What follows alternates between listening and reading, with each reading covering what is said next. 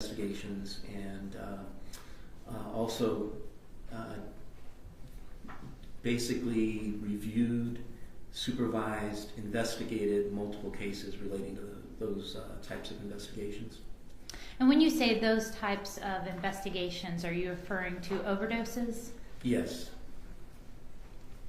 And approximately how many overdose investigations have you participated in or consulted on in the law enforcement context? I would say over 1,000. I really didn't keep track of every single case. I do remember almost every single case because of the unique facts of each one. And in addition to investigating overdose cases, do you have an educational background that informs your analysis? Yes.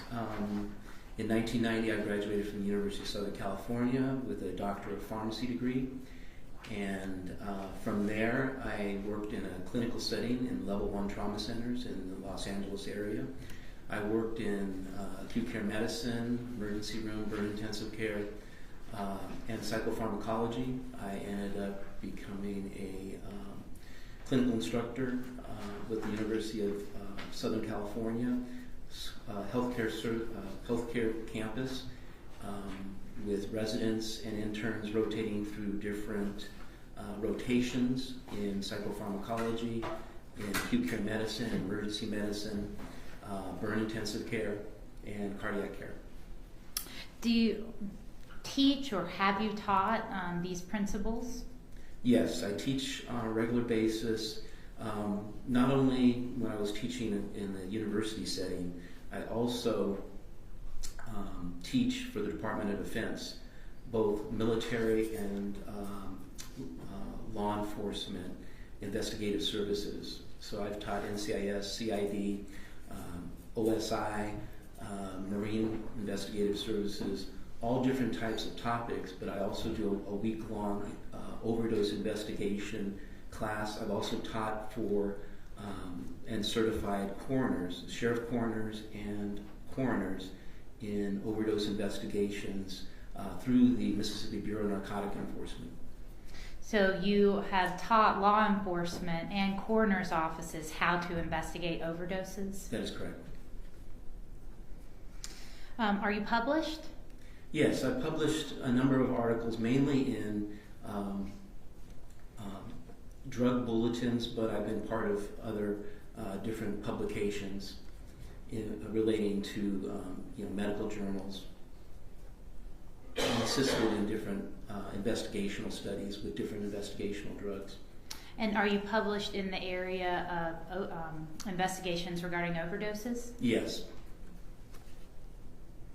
Tell the court what pharmacology is.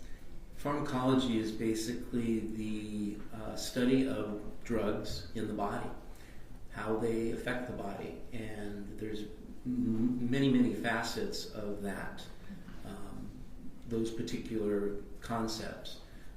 Basically going from when the drug is administered all the way to when it is eliminated, and what happens during that time. Tell the court what pharmacokinetics are. Pharmacokinetics are the actions of a drug once they are absorbed. Basically, it starts from absorption, distribution, metabolism, and then elimination. And that's what we would use in the hospital settings to evaluate the clinical pictures with regards to patients. Patients would come in on multiple drugs. We wouldn't know why they were, may have been toxic already, or maybe they were showing signs of adverse reactions or drug-drug interactions, drug-lab interactions. So we would take a look at that, look at the drugs, where they are, how much they're getting, decide on different levels that need to be adjusted. And of course we would be teaching the residents and interns how to do this as well, so that when they went out and actually were in their own field, they would be able to do the same things. Grab some water too. Please. You can go ahead. In an overdose investigation, do you typically rely on toxicological screenings? I'm sorry, could you repeat that? In an overdose investigation, do you typically rely on toxicological screenings? No, not alone. There's a whole facet of different things that we look at, excuse me, in an overdose investigation. I like to start with the coroner's notes, investigation notes, witness statements. There's certain things that are said. If there was a search warrant that was done, we look at what was found during that search warrant, different areas, anything that could be possibly related to toxicity or drugs. And I did a lot of expert testimony with regards to drug-facilitated sexual assaults. So I would take a look at if they did do search warrants, things like alcohol bottles, things that may have been tainted, things we may want to test at that point. Then we go into the autopsy, and then the toxicology, but then we use, we may take witness statements and we may go out and interview those people again, because there's so many times when, they say certain things and we want to not necessarily corroborate it, even though we're doing an independent investigation.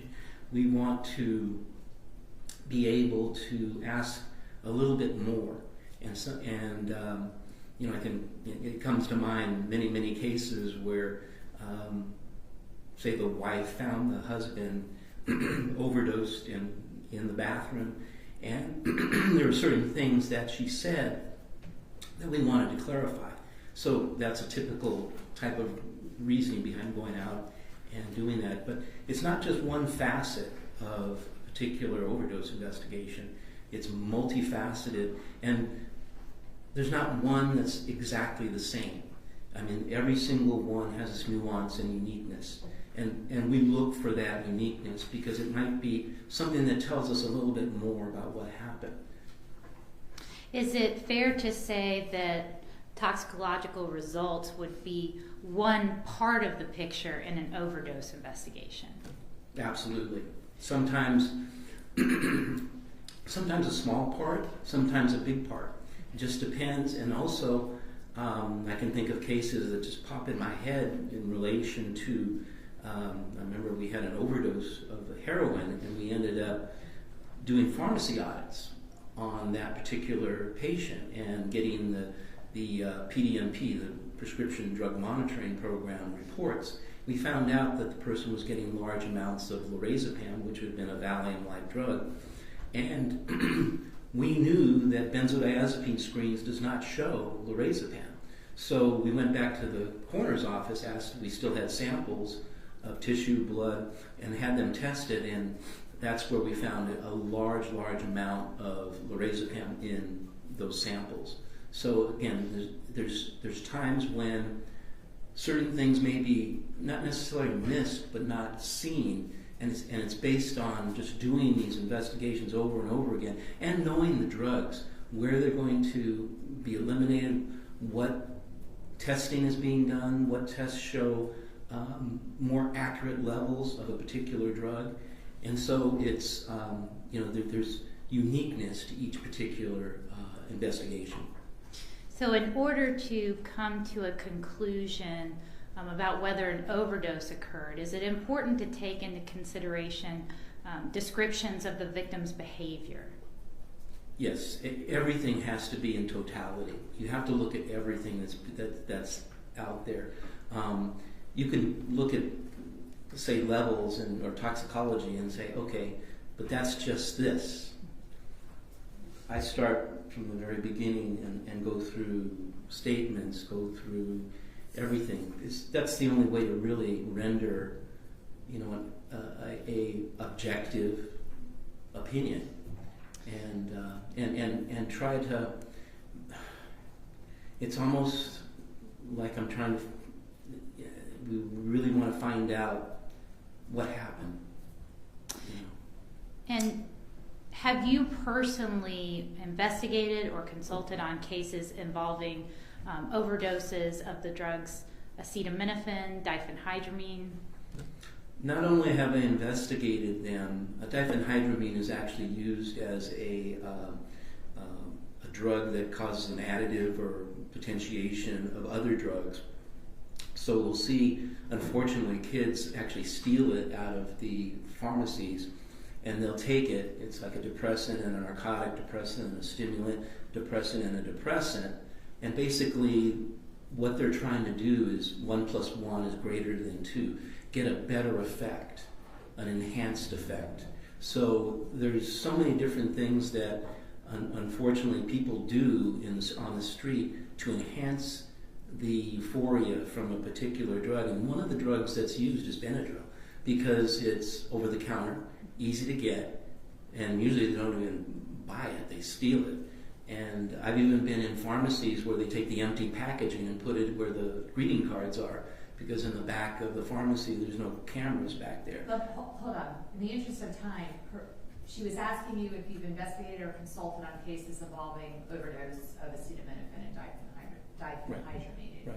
The answer is yes, right? Yes. Okay, she needs more information, she'll certainly ask you. Okay, I'm sorry. But we just need to move through this. Very good. And have you personally investigated cases involving those drugs with children? Yes. And also worked in healthcare in the emergency rooms when we had acetaminophen toxicities and also diphenhydramine toxicities, not only in children but in adults as well. And were you able to evaluate both in live patients and those patients that were dead on arrival the effects of toxic levels of diphenhydramine and acetaminophen? Yes. Your Honor, at this time the state tenders Dr. Mark Gonzalez as an expert in clinical pharmacy as well as law enforcement overdose investigation. Response? I have no objection to those areas. Okay, all right, he will be able to testify as an expert in those areas.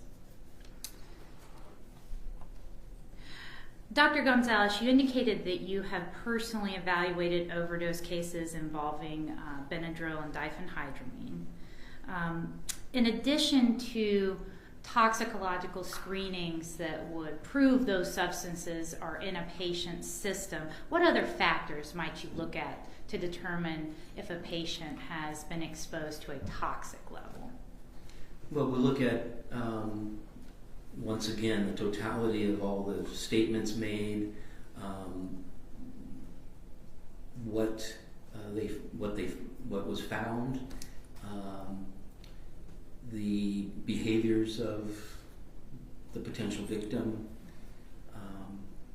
and just again, I don't want to belabor it, but all the different factors that you review in an investigation, and then you also look for things that may not be there that you still have questions about.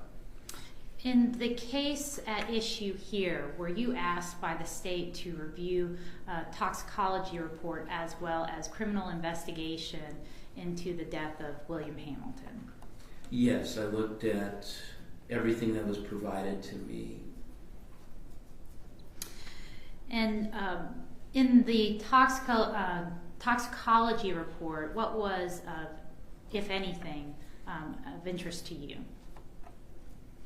Well, the levels of the drugs that were in the muscle and the metabolite that was found in the muscle. And again, I looked at the case, but then I always have to go back and start going through all the different all the different things that are provided, whether the witness statements, whether they're other information. Just you have to review every single thing there just to see if there's something else there, whether it be exculpatory, whether it be information that will help you in rendering an opinion. Now, in the report that you were provided, the presence of the drugs were detected in skeletal muscle. Is that typically what is used to make a determination about whether a toxic level has whether a person has been exposed to a toxic level in an overdose investigation? Yes, because there's a certain amount of drug in the body, and what happens is, we've been using, you have to use whatever you can in an investigation. So if muscle's there, you get those levels, but what it tells you is that there's, and we look at the optimum thing would be to get peripheral blood, preferably in the femoral artery. However, and because cardiac levels will concentrate and they'll be much higher. But other than there, you don't get higher concentrations in other tissues. They're always lower concentrations than what's in the blood, or equal to. Something like the liver will have a tremendous amount, will have the same amount, or if not, maybe a little bit more concentrated, drug in there. It's just the different drugs distribute to all these different areas, and so in the muscle, that's where we saw these levels, and that said to me those were way above therapeutic. So you have to have that that much at least in the blood while the person's alive to get into that muscle and distribute. It's like the very simple biology experiment where you have sugar on one side and water on the other side, and you have a partition gradient in between. And eventually the sugar migrates over to the area of the water, and that eventually builds up concentration of sugar. But at no point is it going to be greater than this side, because it can only be this much sugar on this side. So it's a very, very simplified manner of explaining distribution. And yes, there can be variables with regards to the muscle itself, but the bottom line is there's drug there. It's at a toxic level. So the drug in the blood had to be at least equal to that level. In looking, and kind of jumped ahead of me a little bit, but what I'm getting at is in an overdose investigation, what is going to be the best evidence of what the drug level was? What is the preferred? Oh, no doubt peripheral femoral artery. It's a large artery, and that's going to give you the most accurate level at depth. You talking about blood? Peripheral blood. Peripheral blood. Okay. Yeah. And could you explain to the court what peripheral blood is? Peripheral blood is blood in the periphery, the arms, the legs. But again, in the leg, you have a femoral artery that is a large vessel. We don't look at, even though they test for it. Areas of the cardiac area, they may test for it, but you'll see some astronomical levels because the blood and the drug concentrates there in the central part of the body and the blood. And is it always available to you in overdose investigations to use peripheral blood? No.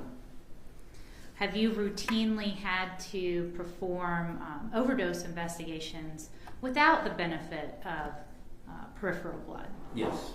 Have you used other tissues such as skeletal muscle? Skeletal muscle, the liver, certain organs that may have still been somewhat viable, the kidneys. But then again, you have to look at the drug itself, because if, let's say, you're looking at a particular antibiotic, that may concentrate in the kidneys because it's used for urinary tract infections and kidney infections. So once again, knowing the kinetics of the drug will tell you that, okay, that's a large level that's going to be in the kidneys or the urine, and that's because the drug concentrates there. But in other cases, you look at each particular drug. Is that drug going to concentrate in this particular tissue? Because it's going to throw you off. if that happens. So are you saying that every drug distributes differently? It's unique. And are you familiar specifically with how diphenhydramine and acetaminophen distribute within the body? Specifically acetaminophen, but with regards to diphenhydramine, once again, it's that gradient. You have to have this much in the blood for this much to be in a tissue. And is it common practice in these types of investigations to utilize whatever tissue is available to perform your analysis? You utilize whatever you can. Now, with the skeletal muscle, are you able to determine exactly what would have been in the blood? No. What are you able to do? You can determine that with regard to skeletal muscle and these particular drugs, that at least it was 1-to-1. Because once again, you can't have more drug in the skeletal muscle with these particular drugs. There was one study that I found where there was a 70% distribution to muscle, and that was with acetaminophen. And again, that's an approximation of the blood. I'm not saying that it's exact approximately. It's just one factor I was able to find. And we've been using muscle and to corroborate drug in the body in many overdose investigations. And even recently, in 2021, Hansen et al. In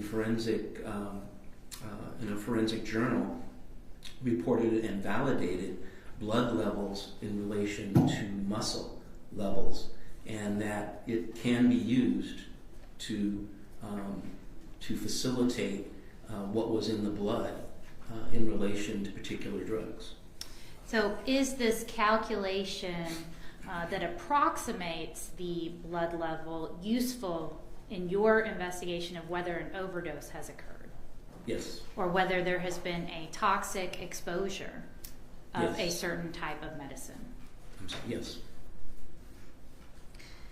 Now, in this particular case, do these findings allow you to determine exactly when those drugs would have been administered? No. Can you narrow it down at all? No. But I can, based on the metabolite, when a person is alive, the drug goes through, in this particular case, both drugs would go through the liver. And if a metabolite is present, say in the muscle, that would tell me that the drug was given more than once. It wasn't, when we see acute overdose deaths, in other words, someone takes a bottle and they take the whole bottle of pills, they can succumb to the drug before there's any type or significant amount of metabolite formed by the liver. They have to be alive at that point. They have to be alive for what? For the metabolite to form? Yes, because the liver has to be functioning and blood has to be going through the liver, and the enzyme systems that are in the liver are metabolizing, conjugating, say, the drugs and making them either active or inactive metabolites. And then from there, they can be more water soluble, either go out through the urine or other areas. And in this case, what was the level of the parent drug to the metabolite? Well, I know that when we saw the metabolite, the parent drug was there, and that was a toxic level. That was way over the 20 nanograms that would be a therapeutic level, say in the blood. And the metabolite told me that that the drug was not given all at once. It wasn't something that maybe someone would have just taken a whole bottle of Benadryl at one time, or a number of tablets of Benadryl at one time. So it was over more than once, let's put it that way, just to be very clear. How do you know what the therapeutic level was in this particular case based on the skeletal muscle? Like how do you get to that opinion? Well, the Doesn't it depend therapeutic on- levels are reported in literature and also pharmacology journals, and just from What are they based on? doing my background and experience also, just doing investigations where you see Benadryl in the system. Okay, so So 20 nanograms per mil would be a blood level that would be therapeutic. Now granted, it can be greater or less. But for a for Benadryl, child, for an adult, does it depend on weight? Does it depend on that would be adult. an adult? Yes. Okay, so okay. And so would it be even less for a child? Potentially, yes, because their livers are not as developed, and we have a smaller package basically.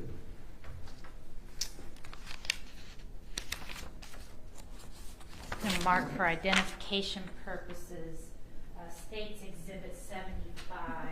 Was this the report that you were asked to look at in evaluating this case for the state? Yes. And what was, excuse me, what was the level of acetaminophen in the blood? I'm sorry, in the skeletal muscle. Skeletal muscle was 93 micrograms per gram. And what was the level of diphenhydramine in the muscle? Approximately 2,000 nanograms per gram. And what is the calculation that you're using to approximate what the level would be in the blood? With regards to acetaminophen, I found a 0.7 factor in one of my cited references, and so that would mean that the muscle, and again, approximation. My opinion is, that's be approximation. So if you calculate 70% in the muscle versus the blood, it would approximate 133 micrograms per gram. And in blood, it's a gram is actually equal to a milliliter. Where do you get the 0.7 factor from? It was in one of my cited studies. In my in your opinion. report? Yes, miss. Okay. And the diphenhydramine, what would be the calculation for diphenhydramine? I did not find a coefficient or factor that would, so basically looking at if there was that much in the blood, just even 1-to-1, and let's say it partitioned 100%, which would probably not be likely. So the blood would probably have been higher, but just 1-to-1, you're looking at the greater than 2,000. And again, what would be a therapeutic level of 20. diphenhydramine in the blood? Approximately 20 nanograms per mil, which would be 20 nanograms per gram. So if we were to be conservative and say even 1-to-1, the diphenhydramine is still 100 times greater than the therapeutic level. Is that correct? Potentially, yes. In an adult. Yes.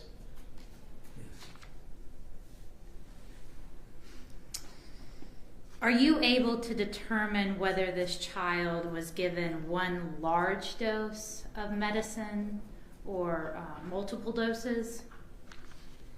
It likely, due to the metabolite being present, it was likely more than one.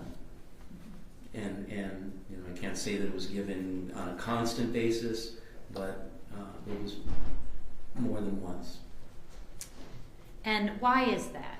Because of the metabolite. Because again, you have to have a functioning person with a functioning liver, and even though a child's liver is not as developed, it would still go through metabolism. What are the symptoms or side effects of being exposed to too much acetaminophen? Acetaminophen is toxic to the liver. It can cause necrosis of the liver, and in high dosages, and Even some researchers, and this from background and experience, have even mentioned the fact that even taking small doses once in a while can actually cause some liver necrosis, which is basically death of the hepatocell, the cells in the liver. And if left untreated, can this exposure result in death? Yes, and there is an antidote, but yes, it can result in death.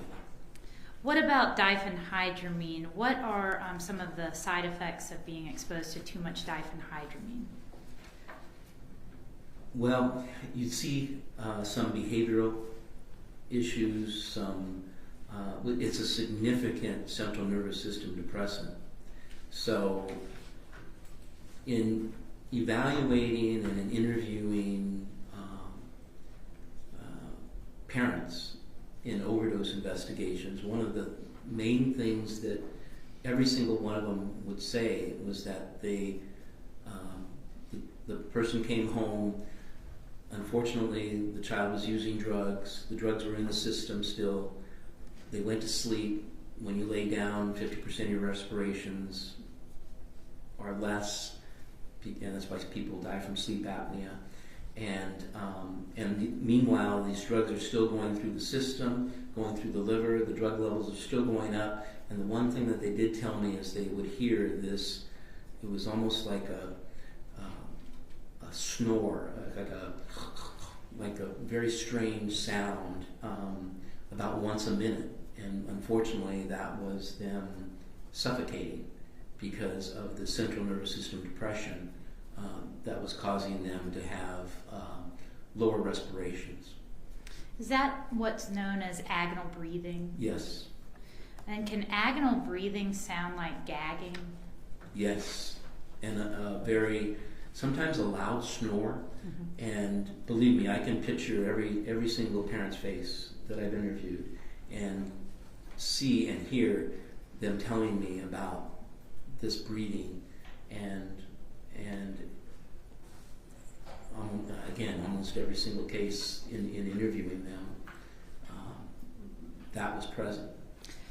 Were you made aware in the course of your evaluation of this case that the victim's mother reported that that there was something wrong with the child, mm-hmm.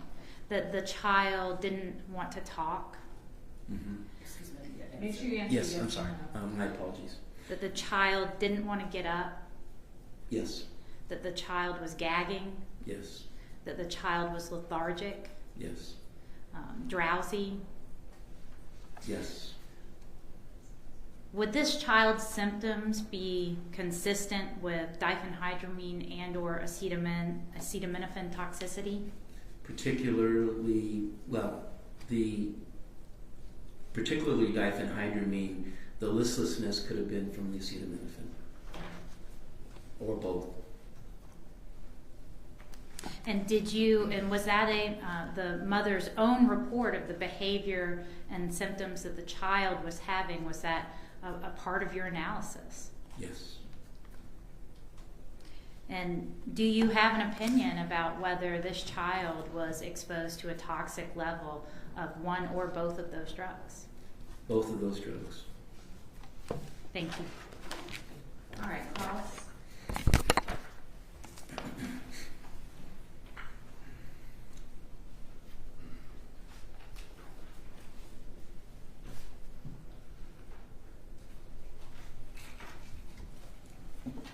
Good morning, Dr. Gonzalez. Good morning, sir.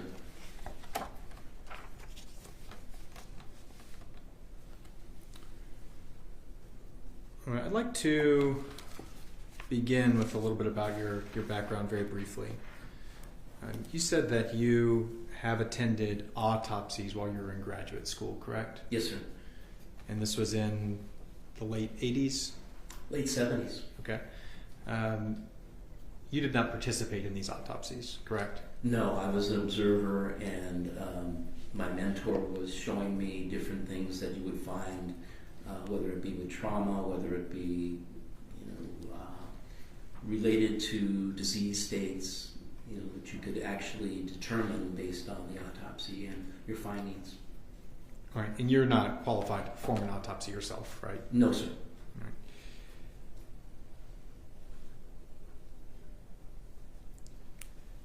Were any of the autopsies that you observed skeletonized remains? Yes. How many? Boy, I probably attended 1 or 2 a day with Dr. Bevins. Of skeletonized remains? Oh, no, Autopsies? no, I'm sorry. I'm trying to think.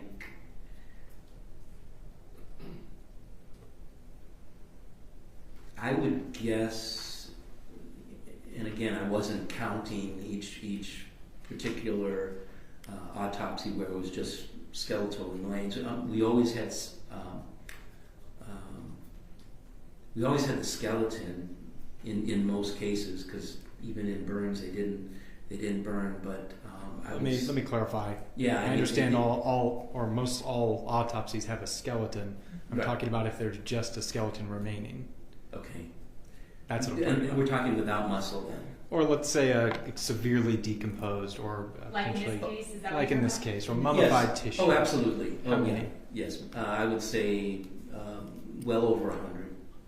100 skeletonized remain autopsies that you Yes, sir. observed while you were in grad school. Yes, we had 80 bodies show up to the Los Angeles County Coroner's Office every day, and about 30 of those were subject, questionable, that Dr. Bevins and other coroners would do autopsies on. So there was a significant amount. And this is while you were in pharmacy school. Yes, sir. And you were taking a class with Dr. Jerome Bevins. Yes, is that sir. right? What type of class is this? Forensic pathology. All right. And how much of a part of the curriculum for a pharmacy student is forensic pathology? 1 year.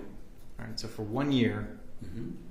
you were going and watching autopsies every day, Almost every day, yes. and you saw over 100 skeletonized remains. I would say so. Okay.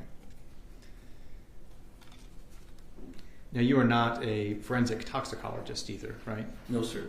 All right. You're not a member of the American Academy of Forensic Sciences, No, sir. and therefore you're not a member of the toxicology section of that academy. That is correct. All right, I want to talk about your ultimate opinion in this case is that the amounts of drugs that you are calculating first tell you that they have been administered on a chronic basis, right? Yes. And that the metabolite tells us that this was a chronic basis. Yes? Yes. And that your approximation using a formula of skeletal muscle ratio to blood tells you this is well above therapeutic levels. When we're discussing acetaminophen, I did not find a factor for diphenhydramine But you did use a formula. You used a 1-to-1 ratio. It's just a simple formula, right? for acetaminophen. Acetaminophen was 0.7, Correct. and for diphenhydramine, you used a 1-to-1 ratio. I didn't approximate a level for diphenhydramine in my report. I just said So that. are you only saying that the acetaminophen was at a toxic level? No, they were both at toxic levels in the muscle. All right, that's what I'm asking. Yeah. You did approximate the diphenhydramine and acetaminophen levels, correct? In the muscle or in the body in totality. In the body totality, there was toxic levels of both. That's what you found. Yes, sir. That's your opinion. Yes, sir. Okay. All right. And you did not find a metabolite for acetaminophen, correct? No, sir. All right. And I don't think one was tested for. That's in the report that it was not tested for? I didn't see any metabolites of acetaminophen tested for. In the, I guess it's right here, there was no metabolites of acetaminophen tested for. Yeah, just diphenhydramine metabolite and acetaminophen. So not the metabolites of acetaminophen. All right. I'd like to talk about metabolites a little bit. Sure. the parent drug enters the body. It gets distributed to the muscles, right? Or all over the body. It gets distributed. Yes. Maybe not all over the body, but it Right. gets distributed throughout the body. Right. That's why you can, in skeletal muscle, you can find the active drug concentration, and that's what we're referring to as the parent drug, right? Correct. All right.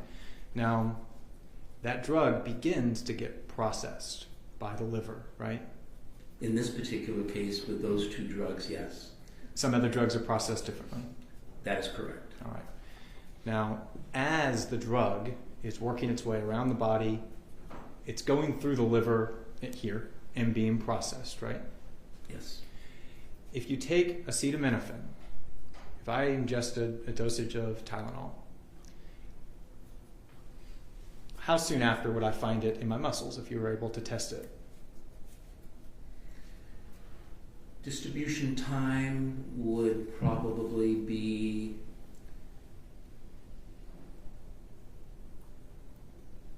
within an hour. All right.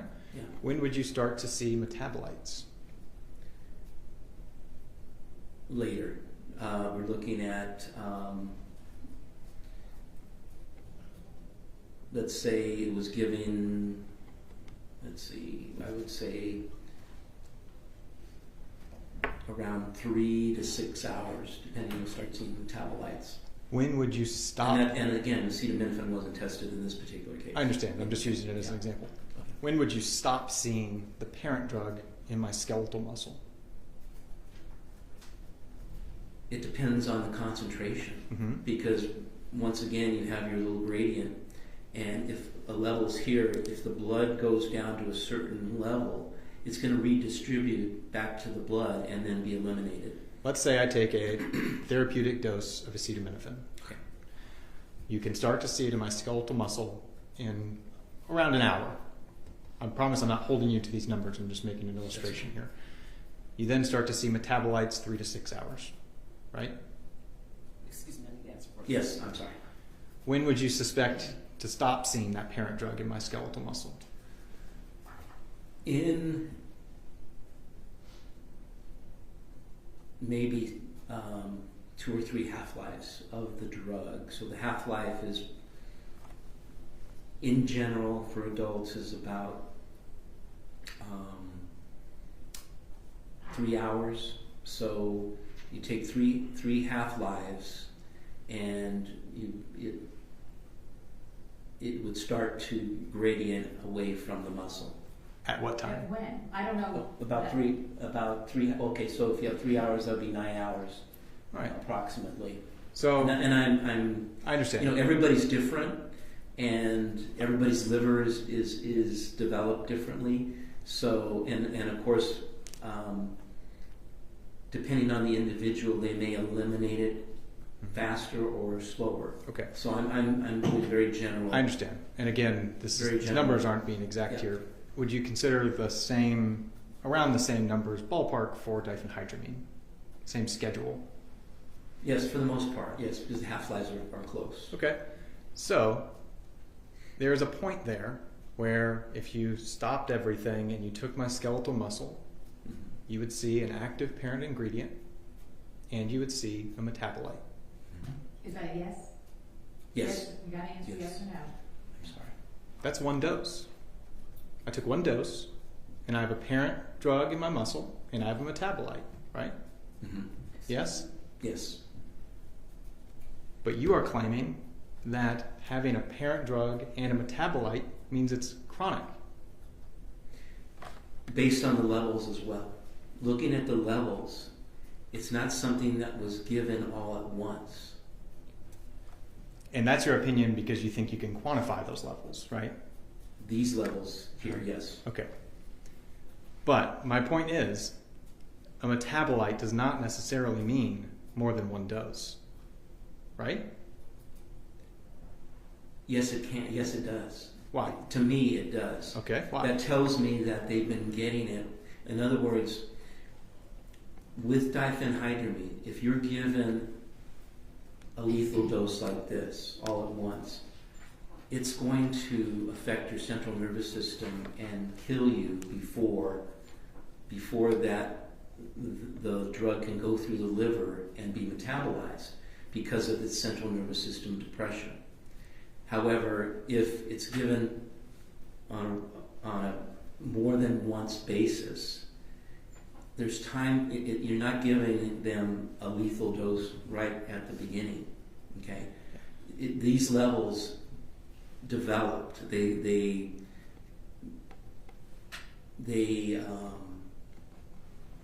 didn't get to this way with an acute poisoning. Now, I want to walk back what you just said.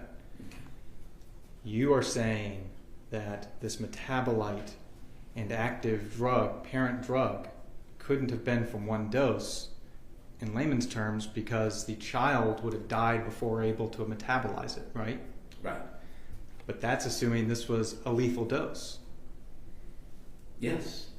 And if someone disagrees with you that it was potentially a trace dose or a therapeutic dose, the child would continue to be alive to metabolize the drug.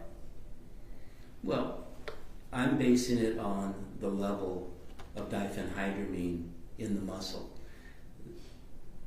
When you have this large of amount of diphenhydramine in the muscle, okay, and there was metabolite being formed, the metabolite would not have been formed. Because you believe the child would have died. Would have died from that level of diphenhydramine. What I'm asking you is, if someone, and that is because you believe that this was a lethal dose, right? Yes.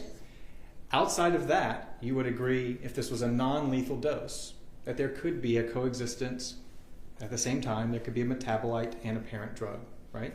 If the child did not pass away, you could have both if tested at the right time. So, may I clarify your question? Sure. Okay. If this level was a therapeutic level, and could you repeat your question? Because you're saying this is a therapeutic level. I'm saying if someone, let's say it's a therapeutic level in the blood. in the muscle. Okay. And you believe that means it was a therapeutic level in the blood with your ratios. Okay. A metabolite then would not tell you that this was taken more than once. Let me rephrase that. If this is a therapeutic level and there was a metabolite and a parent drug, that does not mean the drug was necessarily given more than once. In this particular case. No. Okay. A therapeutic level. I'm not talking about this level. I understand how you feel about the level.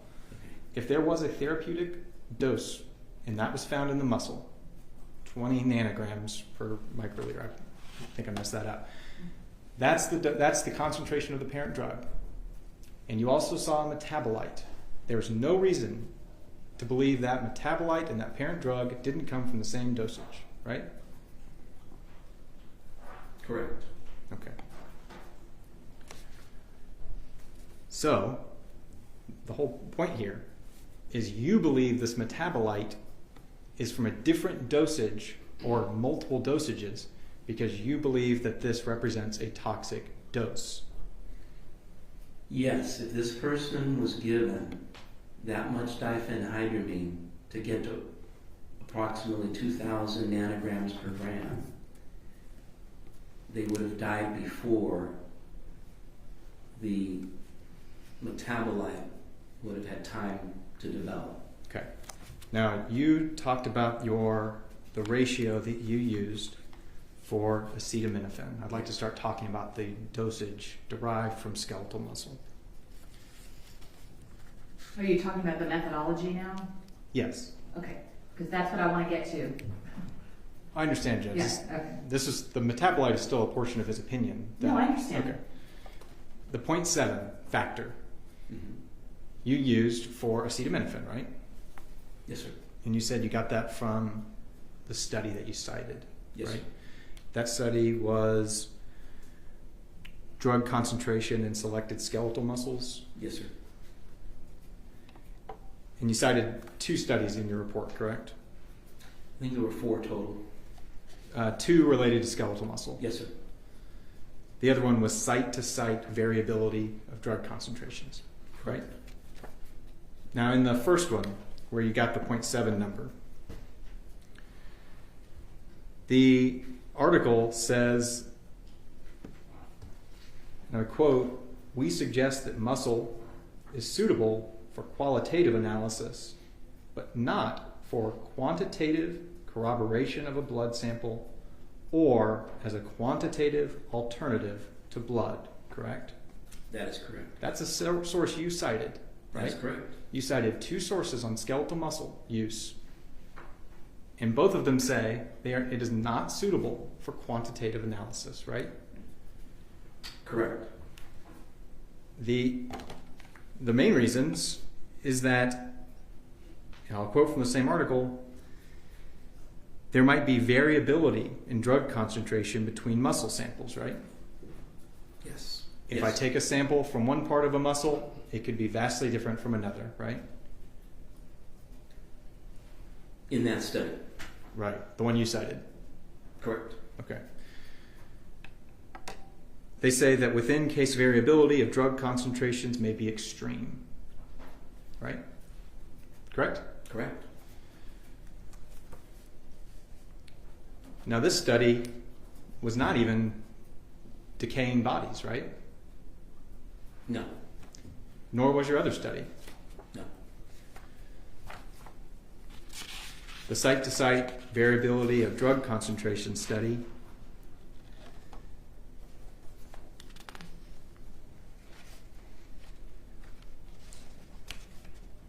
also says that interpretations based solely on the levels found may be unreliable, right?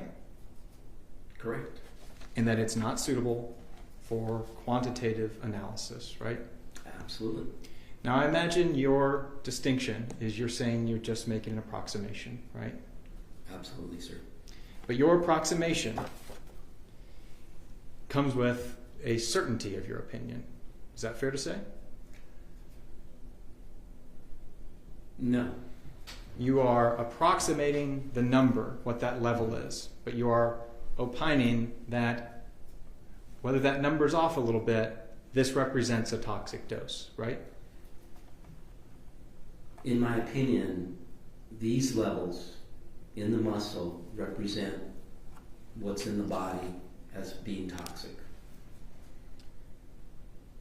Based on no study that tested decaying muscle.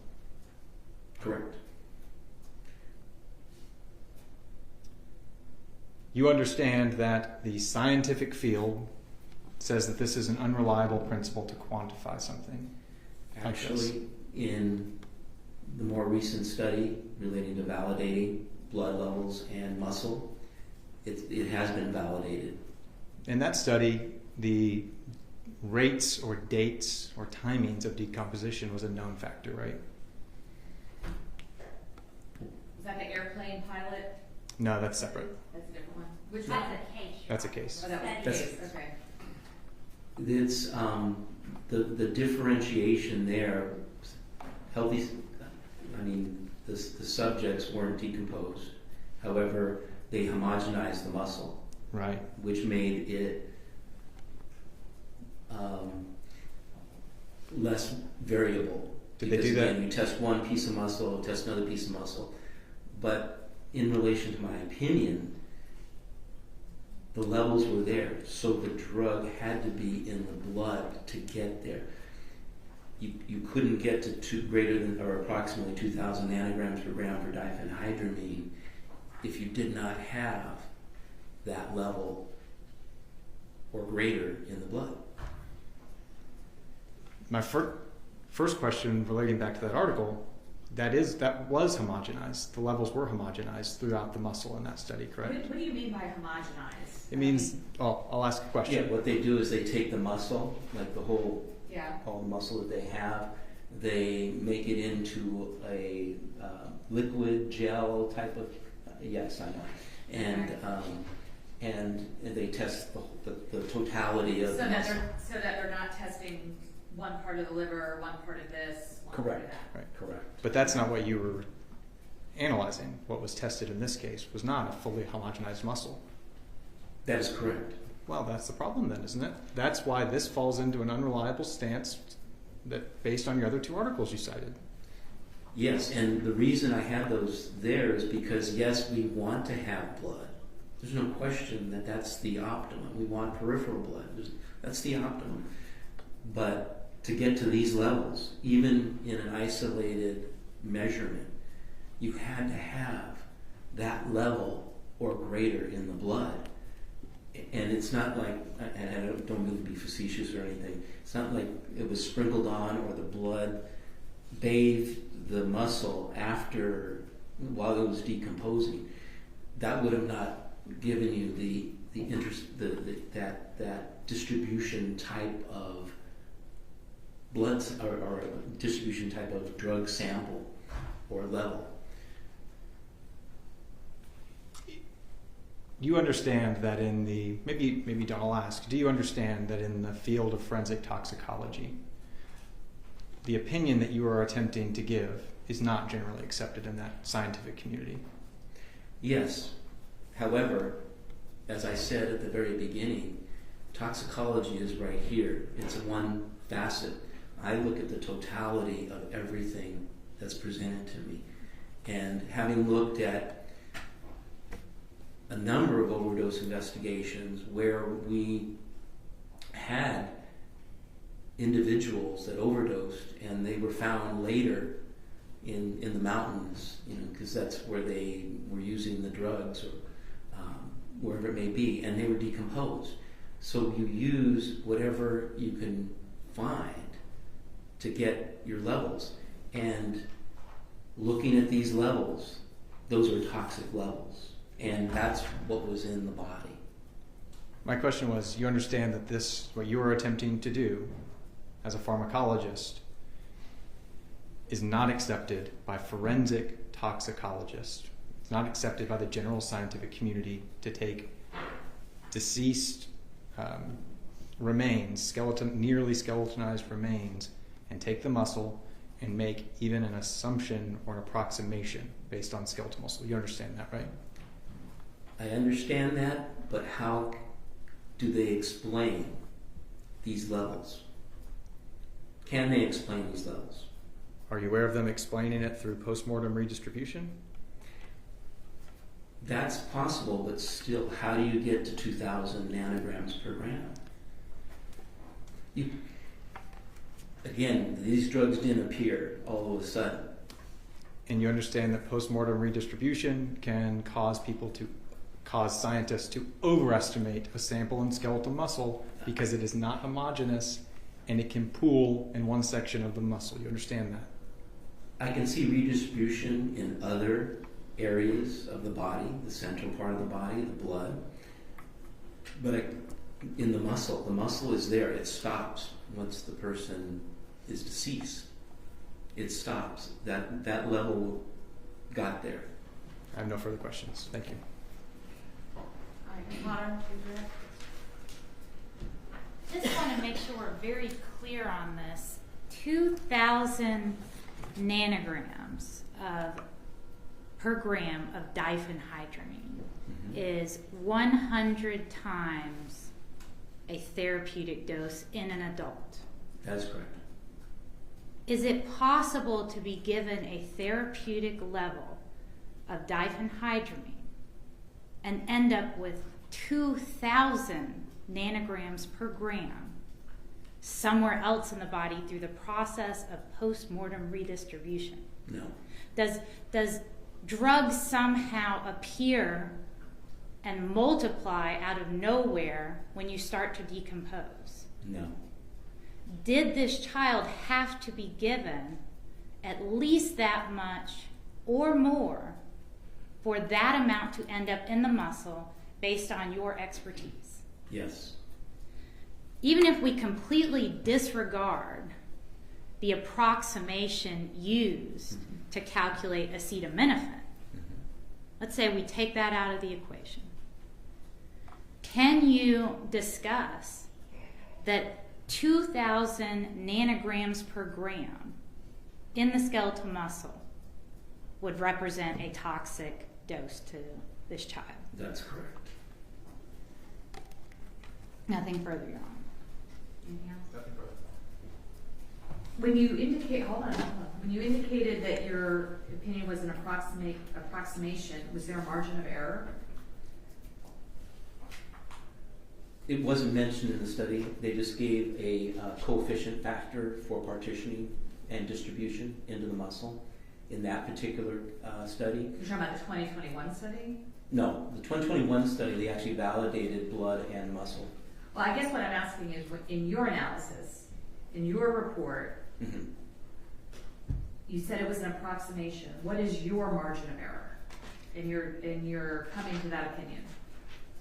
There was no margin of error reported in the study. It was 0.7, so that would be 70%. Okay. Okay. All right. Thank you. Anything else? Not All right. All right, you can sit down. Thank you.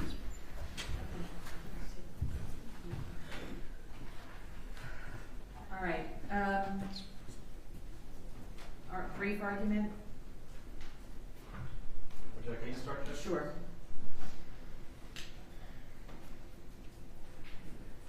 I mean, I know we've argued this before, so I know generally what the arguments are. Right. So just kind of summarize for me now that we have the benefit of his testimony.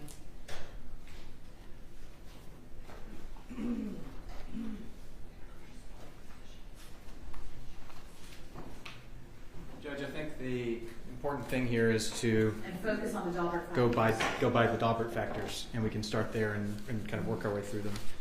The state brought it up yesterday, and it is true that Daubert is not an exhaustive list. It's not you must satisfy all of them. It is a framework, because the judges have been made the gatekeeper of scientific expert opinion testimony. Some of the factors cited here that I think are most important: that the theory or technique can be tested. Not only has it been tested, it's been tested and debunked by the study cited by Dr. Gonzalez. The rate of error of the theory or technique is not known by Dr. Gonzalez and cannot give a rate of error. The rate of error cited by the study, I believe, probably wasn't mentioned because they said don't use these numbers for quantitative analysis. If the theory or technique has been subject to and supported by peer review or publication, well, the technique, again, in its own study, says don't do this for quantitative analysis. If it's generally accepted in the scientific community, we heard from Dr. Jackson, we heard from Dr. Gonzalez that it's not accepted in the field of forensic toxicology, which is the field that matters here. I understand he's a pharmacologist and can testify about drugs and the effects they have, but what he's doing is delving into forensic toxicology. That's who medical examiners and pathologists use for drug analysis in postmortem cases. The prongs in the Georgia statute generally follow the same thing, that's based on sufficient facts or data, product of reliable principles and methods, and has applied those principles and methods to the facts of this case. I want to briefly distinguish the 2021 study that Dr. Gonzalez helped us with, is that was a homogenized muscle. That alleviates some of the problems cited by the two papers from the 90s that he cited. We don't have that here. That is one of the main issues.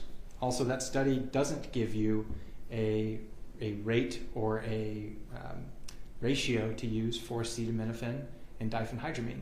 They test different drugs. That's not tested in that study. The decomposition rates were known in that study. That's one of the factors that Dr. Jackson said is most important, is that this body was decomposing. And he does not share Dr. Gonzalez's opinion that it's always a 1-to-1 ratio. That's probably true in his field when he's doing shortly after death overdose investigations. In the 2021 study did not involve decomposing bodies, did it? It did involve different levels of decomposition, but those were known in the study. So we Okay. knew the rates because that was a known Because they knew how rate of long DeKalb. bodies had been, Right. samples had been decomposed. Okay. Right, and we don't have that. Right. Okay. So that study is why Dr. Jackson was able to distinguish it from our present case. Dr. Jackson said the most important factor is the decomposition here. He said that the postmortem redistribution can cause these levels. And that's why he said, Dr. Jackson knows what these levels were. He's the one that tested for them. He knows what they were, and he cannot say that this was any more than a trace dosage, as much as he could say it was an appropriate therapeutic dose, as much as he can say an overdose. Those are the three options here. Was the child given too little? Was he given the right amount, or too much? He knows that 2,000 level, and because he understands postmortem redistribution, he understands he still can't do anything with it. Because it can go more than a 1-to-1 ratio in postmortem redistribution. That's the problem. That's a problem that Dr. Gonzalez is ignoring. So he's trying to apply a principle that is unfounded, based on unfounded data and resources, and trying to do what every other forensic toxicologist refuses to do because they understand what they're working with. This is not his direct field, and this is what happens when people are brought in to testify about fields that are not their expertise. The only thing that I think appropriate that he could testify to as a pharmacologist is what the effects would have been if a child is given a toxic dose of diphenhydramine and acetaminophen. He can say he understands what the symptoms were from the child. He can say it's consistent, but nothing more. He can't talk about the dosage. It's not supported. And if you can't support the dosage, you can't support the conclusion that this is a toxic dose. There's no basis. So I went a little long on this, Judge, and this is my point. The metabolite issue. He agrees that he only thinks it was a chronic basis, and I'm sorry, let me start that over. He only thinks the metabolite is significant to show that this drug was given more than once because he believes the last dose that child got would have caused him to pass away. He's doing that based on bad science. If you take that away, he agrees that a metabolite and a parent drug can be present at the same time. We walked through that timing together. So he can't testify scientifically that this was a chronic basis. He can't testify that this was an overdose. I don't think he's planning on testifying about the zygomatic arch that was in his report. If the state's not bringing that up, I won't belabor the court and argue it. I think the only thing he can testify to is if this symptoms were consistent if the child was given a toxic dose, and not that they were. Okay, Thank you. All right, Ms. Hodder? Your Honor, as I understand the defense's argument, the issue is specifically with one approximation that Dr. Gonzalez performed as one part of his analysis of whether this child was exposed to toxic levels of these two drugs. And that is when he approximated the amount of acetaminophen in the blood with the 0.7 ratio that he used from one of the earlier studies, which he said did not have a demonstrated error rate. Now, he is not coming before the jury, and he is not going to say that this is what the child's blood level would have been.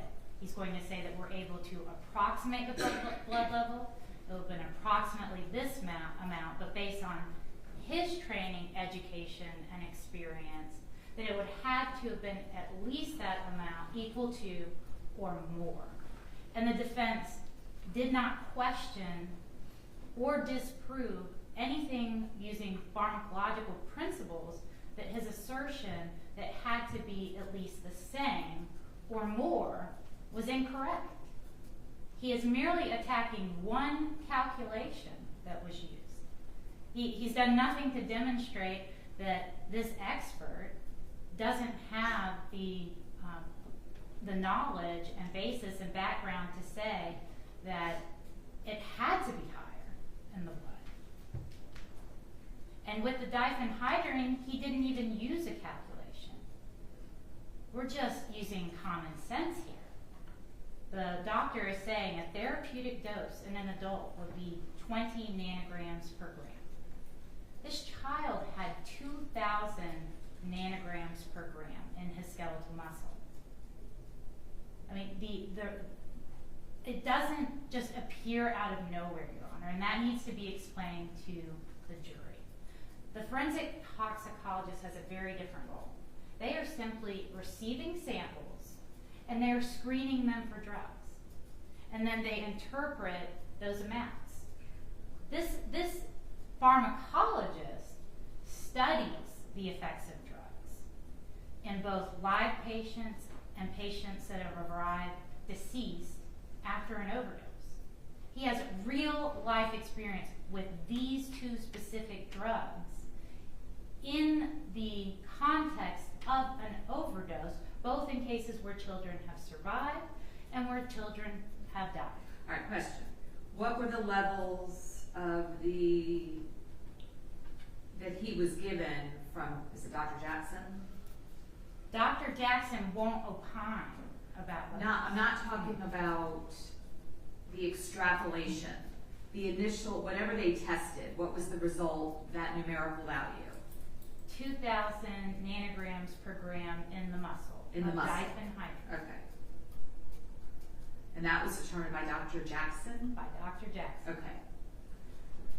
All right. And so, because the forensic toxicologist won't discuss what that number means, because that's not his job, that's not what he does, we need a pharmacologist to explain what the therapeutic level would be and how this is significantly higher. We don't even need to discuss the ratio of acetaminophen and trying to quantify a blood level. That's not even relevant to a discussion of the diphenhydramine. But we need to be able to demonstrate to this jury that 2,000 nanograms per gram is a massive amount. And it can't just appear out of nowhere, Your Honor. That amount of the drug had to be in the child's body. And the pharmacologist is the best person to explain what happens when the drug is ingested, how it distributes through the body, and his opinion that you couldn't have a metabolite with this specific drug, diphenhydramine, because the child would have died with this amount of drug before it would have ever gotten the opportunity to metabolize. This is very important information for the jury to know, because that tells us that the child had received this drug on more than one occasion, that it had a chance to develop in the liver. And the defense has had no line of questioning to discredit any of those opinions. Their argument has been solely based on the one calculation regarding acetaminophen. And so Dr. Gonzalez should be allowed to testify to his evaluation of the toxicological report and his understanding of what those amounts mean, so that the jury can understand the values and why these values are problematic. And Dr. Gonzalez testified that he has participated in thousands of overdose investigations, specifically involving these drugs, specifically involving children, and involving children that both passed from them and that survived.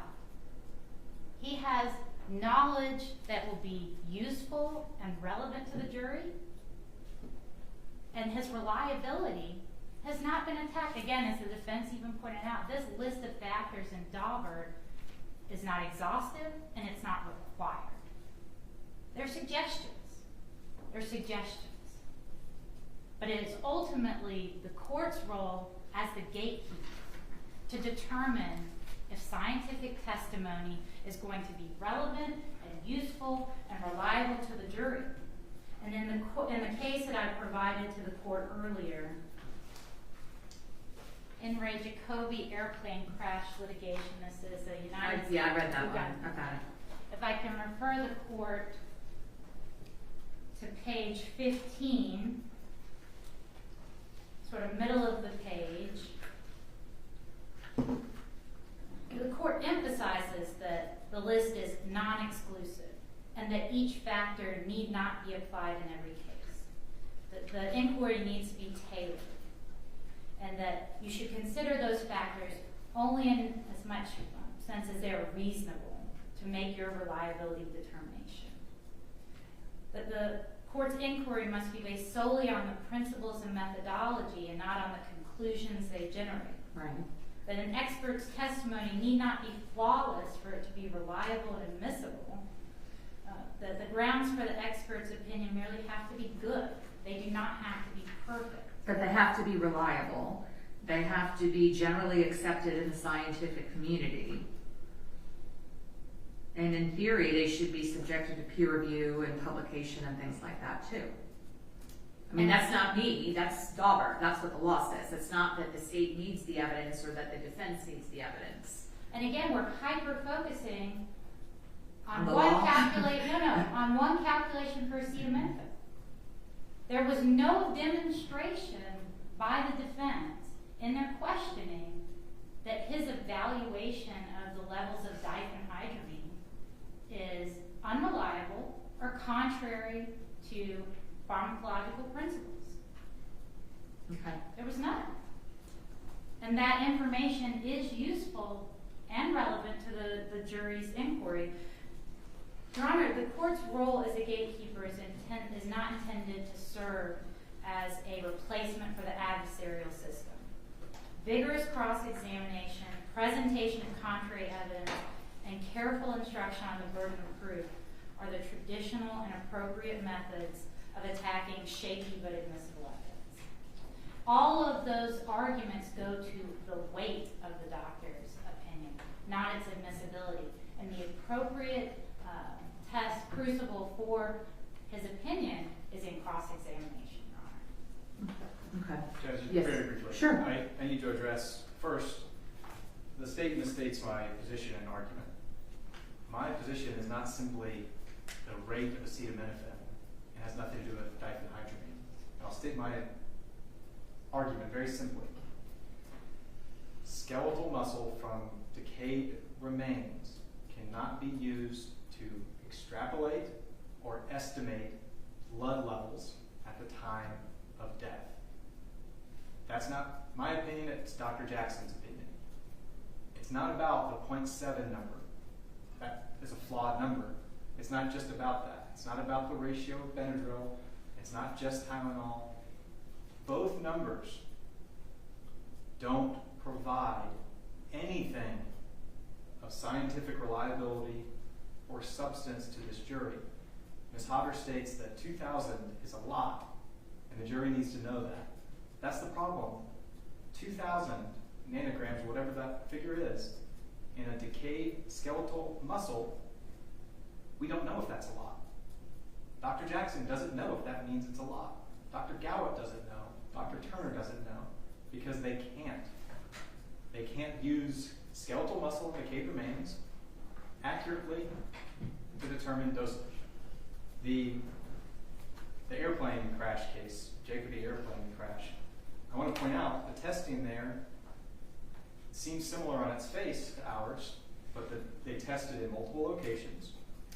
They tested 10 different types of tissue and fluids, and the error rate was known. That's on page 20. They cited another case, coincidentally, the Sheeshley versus Cessna aircraft case that's starting on page 22, that brings up a Benadryl test that was excluded because the error rate wasn't known in part. I don't know if that was intentional by the state, but that's the problem. It's similar, it's a different test than what we have here, but the error rate's not known. So my argument is not about 0.7 acetaminophen, it is about The methodology, the procedure that he used to come to the methodology that he used. Yeah, and just the entire basis of this opinion. Right, okay, got it. Anything else? Briefly, then I'm going to take a quick break. Your Honor, this expert isn't being used to tell the jury what the blood level would have been. this expert is being used to testify that these levels, regardless of not being able to tell exactly what the blood level would have been, are toxic. And that is based on pharmacological principles on what a therapeutic level would be, and the fact that drugs don't just appear and multiply in the body in decayed flesh. There has been no presentation that that happens. Dr. Jackson didn't testify to that. These drugs had to be ingested. You've heard no evidence that that's a phenomenon that occurs. These amounts were in the body, and Dr. Gonzalez can explain, and so while no one's willing to say this is what would be in the blood because we don't have a for sure method of doing that, we can still talk about these levels. They can still provide some instruction to the jury that's going to be helpful to their determination if this was an inappropriate amount. But your other experts aren't going to be able to say that, right? They're in a different field, Your Honor. Yeah. We're talking about pharmacological principles. A toxicologist is not going to discuss the pharmacological principles because they're not going out and evaluating the case. They're testing a sample and they're telling you what is present in the sample. The inquiry was completely different. Okay. Judge, even pharmacologically, Dr. Gonzalez can't provide anything to say it is a one-to-one on decayed muscle. No one can. Pharmacist, toxicologist, doesn't exist. That's why he doesn't cite it anymore. All right. I'm constrained by what Daubert allows me to do, and there is, and I agree with the defense that the skeletal remains cannot be used to accurately extrapolate or establish blood levels at the time of death. His methodology, the methodology that was used by Dr. Gonzalez there's no evidence that his theory or his technique has been tested, that it's been subject to peer review and publication. He had no rate of error at all when I asked him what the margin of error was for his approximation. And the evidence clearly indicates to me that this extrapolation method by use of the skeletal muscle is not generally accepted within the scientific community. And those are things that Daubert requires before the opinion is allowed. So I am simply following the law, but I'm not going to allow those opinions. He can testify that the symptoms of what a toxic dosage was, that the child's symptoms were consistent with a toxic dose, but not the extrapolation. Your Honor, can Dr. Gonzalez discuss what a therapeutic level would be and tell the jury, I can't tell you what was in the blood? I think that's appropriate. But a I don't have a therapeutic problem with level that. would be, I think that's fine. and that It's just it's that extrapolation. I'm okay with him as a general, is his experience and expertise in pharmacology being able to testify as to what a therapeutic level would be. As long as he doesn't say there's a 1-to-1 ratio and that this 2,000 was the blood level, and I should be able to ask, this is not blood level, it's the skeletal muscle level. Are we on the same page? Yes, Your Honor. Okay. All right, then that's the ruling. All right, let's take a 10-minute break and then we'll bring the jury back in. All right.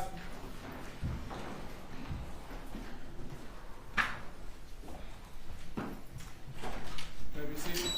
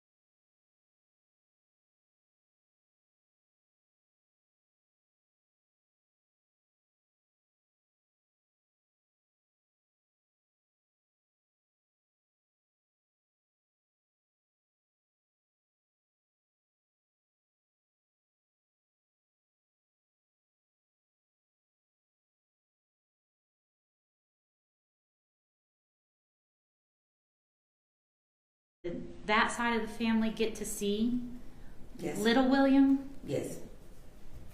How often? On the weekends, on the weekdays. Did you have children William's age? Yes. Did they get to play with William? Yes. Did they get to spend time with William? Yes. When Teresa came back into William's life, do you remember about what time, how old he was? About 6.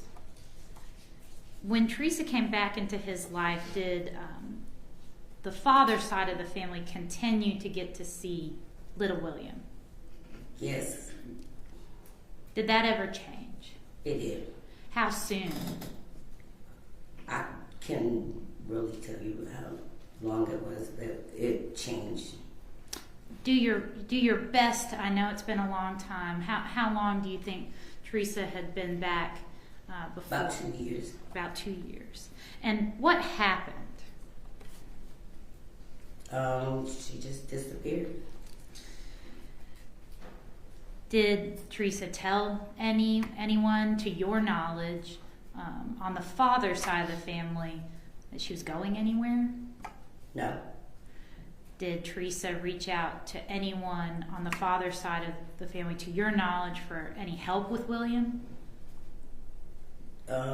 She did. I don't know when it changed.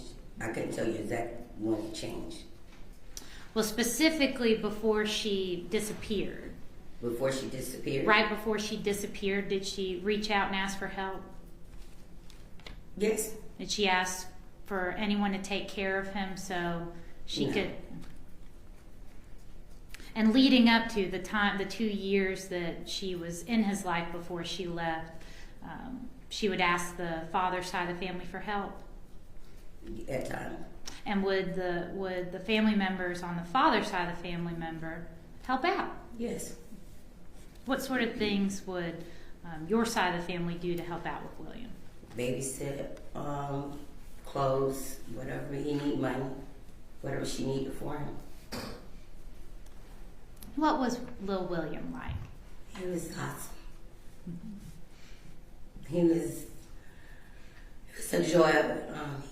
He would light up the room. He had a very good, beautiful smile. It would just melt your heart. He was a sweet guy. How old do you think William was when you last saw him? About 6. Did you ever speak to Teresa after you last saw William? Yes, I saw her. I did. Did you ask her about William? Yes. What did she tell you, or where did she tell you he was? She told me he was in her life with his godfather. Did you want to speak to him? Yes. Did you want to see him? Yes. What did Teresa say? She would give him, I asked her, she would come give him my number and let him call me, but she never did. He never called. Did you keep asking Teresa to see William? Yes. Did you ever look for Teresa on social media? Yes. Were you able to become friends with Teresa on social media and link up that way? Yes. Do you remember when that was? In 2017. Permission to approach the witness, Your Honor. Okay. I'm going to show you what's been marked as Exhibit 76. Do you recognize this exhibit? Yes. How do you recognize that? Because I befriended her on Facebook. Excuse me, I need you speaking to the mic. I befriended her on Facebook. And is that a snapshot of your Facebook profile? Yes. And is that the one you used to contact Teresa? Yes. Your Honor, at this time, the state tenders 76 into evidence. Any objection? No objection. All right, 76 is admitted. And I'm showing you Exhibit 77. Do you recognize this exhibit? Yes. Is that a screenshot of Teresa's Facebook profile? Yes. And is that the profile you reached out to? Yes. And were you able to talk to Teresa after you reached out to her? Yes, I was. And based on the conversations you had and the pictures you observed on that profile, were you able to confirm it was in fact Teresa's profile? Yes. Your Honor, State tenders Exhibit 77 into evidence. Any objection? No objection. Submitted.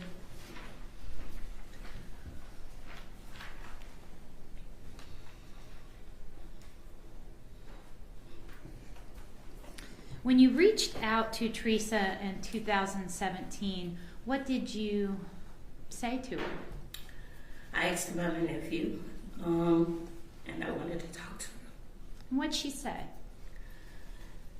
She told me that she would, excuse me. She told me that she would give him my number to call me, but she never did.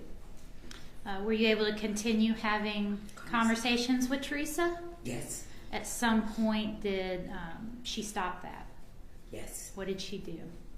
She did unblock me. She blocked you on Facebook? Mm. Yes or no? Yes, Back in 1998, 1999, did you want to have a relationship with William? yes, Do you still, to this day, would you have liked to have had a relationship with William? yes, Would you have wanted your children to have a relationship with him back then? absolutely. If Teresa or your brother William had asked you to help, would you have helped them? Absolutely. If you were unable to help them, was your mother in a position to help them? Yes, Did your mother ever help you with your kids? yes, she did. Did your mom ever take care of your kids? All 6 of them. Did you love William? I loved him.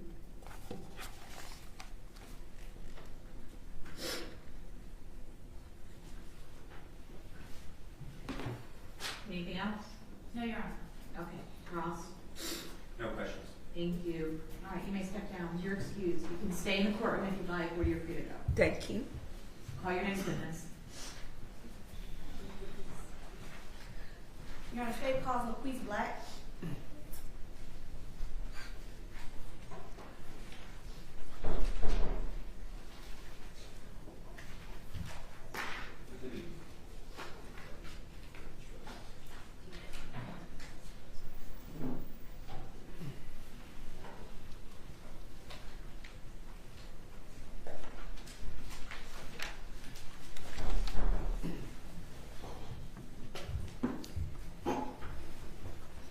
Sir, raise your right hand. Do you swear affirm the testimony you give to the court should be the truth and nothing but the truth, so help you God? Yes, sir. You may lower your hand, state your name and spell for the record. My name is Luquise Javon Black. That's Luquese. Last name Black, Black. Good morning, Mr. Black. How you doing? Good. I want to speak with you about where you're from. Charlotte, North Sure. Carolina. And at some point, did you move away from Charlotte? Yes, I did, to better my life. All right, and where did you go? I went to Alaska. Alaska? Is that what you said? Yes, ma'am. Okay. And then after Alaska, where did you move to? Had a family altercation, so I came back home. And then home is where? Charlotte, North North Carolina. Carolina. Okay. And so you were born in Charlotte. How long before you left to go to Alaska were you living in Charlotte? I've been in Charlotte all my life. Okay. Until you moved to Alaska? Yeah. All right. I want to speak with you about Teresa Black. How do you know Teresa Black? I met this young lady when we was younger. 92. Right. All right. And who was she to you back in 1992? Just a friend. Just a friend. All right. And did you all date in 1992? No, ma'am. At some point, did you all begin to date? Yeah. What year did you begin to date Teresa? It was in 04. 2004, okay. And did you all take your relationship to another level? Yes, ma'am, we did. Can you tell the jury about that? We met in 2004. Well, you met back up in 2004. Well, we met back up in 2004. Had jobs, both chasing our lives around. 2005, we got married and had a beautiful daughter. All right. And what's your daughter's name? DeKalb Black. And when you all got married, what state were you all living in at the time? Charlotte, North Carolina. And when you got married, and before you had your daughter, were you aware if Teresa had any other children? I was aware that she had a child, Okay. but he... When did you become aware that she had that child? Did you become aware at the time you all first began to date, or after you all were married? After we was married. So during your dating phase, did Teresa ever tell you that she had a child? Yeah, like when we first started back talking, she admitted that she did have a child. Okay. And did she tell you that child's name? Yeah, And what was that child's name? Lil William. That's what we call him. Lil William. Yeah. All right. And you said that's who we call. That's who call. You said that's what we call him. Who is we? My family, her. I mean, that's what we represented him as, Lil William. That's how we knew him. Okay. And this was around 2004. Yes. Okay. Where did you meet Teresa? Double Oaks. Is that a neighborhood in Charlotte? An old neighborhood in Charlotte off Statesville Avenue. So you met her from being in the neighborhood. Yes. All right. All right. She also told you that his name, well, you all referred to him as Lil Will. Did she tell you what his age was back in 2004? I think she did. I just can't remember. Was it in the teenage age range or the early toddler age range? What was? He was in the early teen, I believe. Okay, early teen. Right. And did you ever meet him in person? No, ma'am, I didn't. Did Teresa ever tell you where little William was staying? Yeah. Where was he staying? He was supposed to be in Atlanta with his family members. I believe that was either her family members or William's family members, his dad.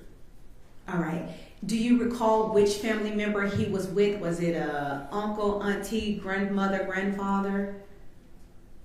At that time, it had to be like older people, like his grandparents or something like that.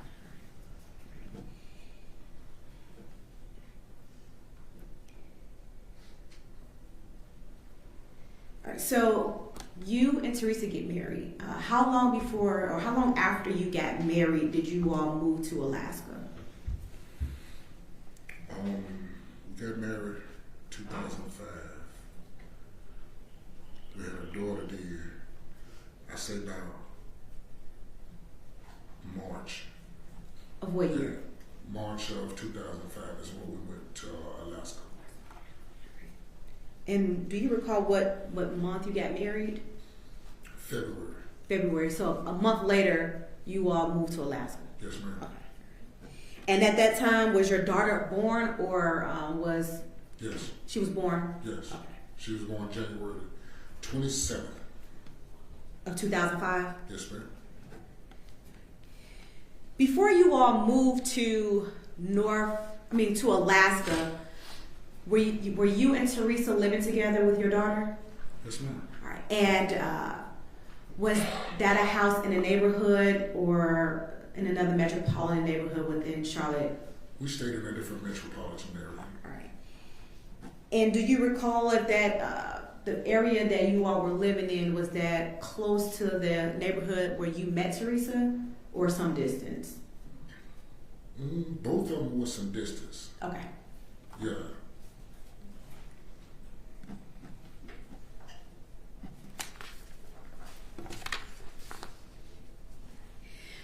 At some point, now let me back up. How was the relationship with you and Teresa and your child when you all were living in Charlotte? Judge, objection to relevancy and character evidence. What's the relevance? Well, Your Honor, may we actually approach or speak about this outside the presence of the jury? Yeah, all right, I'm sorry guys, I gotta send you back to the jury room for a minute while we handle this matter. My apologies. It won't be long.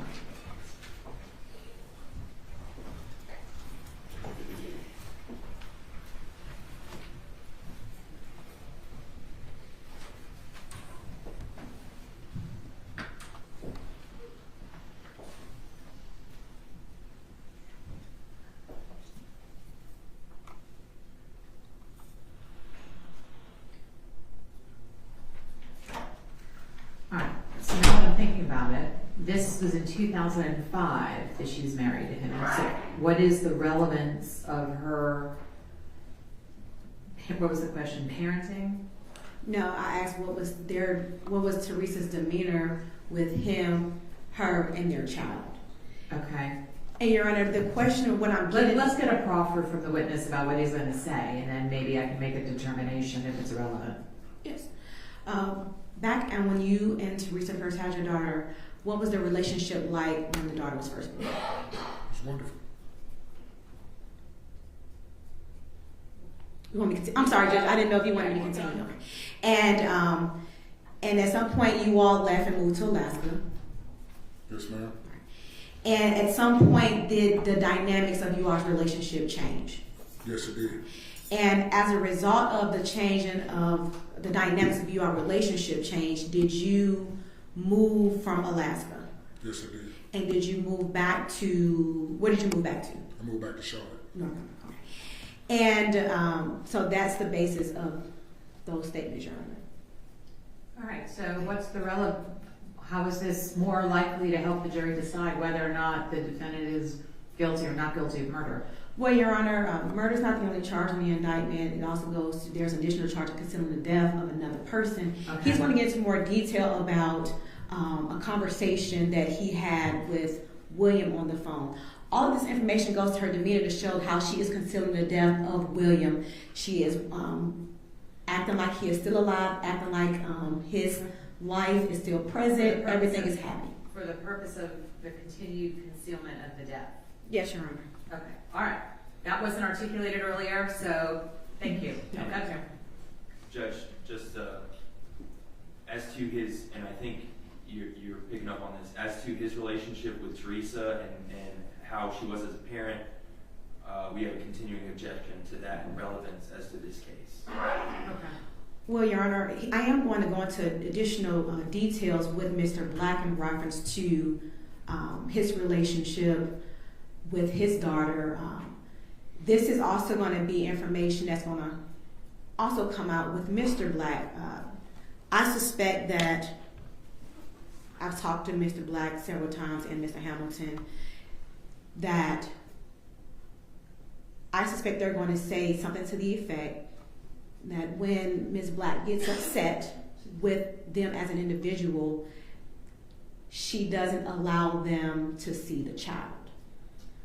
Okay. What is that asked? That's the part that he's objecting to. Yes, and so that again directly contradicts Ms. Black's statement that she provided to Lieutenant Quigley as to the fact of how she didn't have help, that she was a single parent, that she was on her own, when in fact she actually had individuals wanted to help, and she was not allowed. That was in 2005. But it's now. Correct, but it also was in 1999. Judge, it's propensity. They're getting into a pattern that once she did it now, she did it back then. If he can testify as to information about what the situation was in 1998 or 1999, around the time of the incident, that's fine. But I don't think assuming she kept him from seeing their daughter in 2005, I don't think that has any relevance. You know, the other thing as far as conversations she had and the issue of the concealing of the death, I get that. But I don't see any connection or any relevance to her keeping him away from their daughter in 2005 has anything to do with what she may or may not have done in 1998. But Your Honor, I disagree with that. I do think that is important for the jury to see, in addition to the fact that several witnesses have got up on here and stated about, well, Ava, for instance, she got up on the stand and stated how that Teresa was very distant and disconnected from William.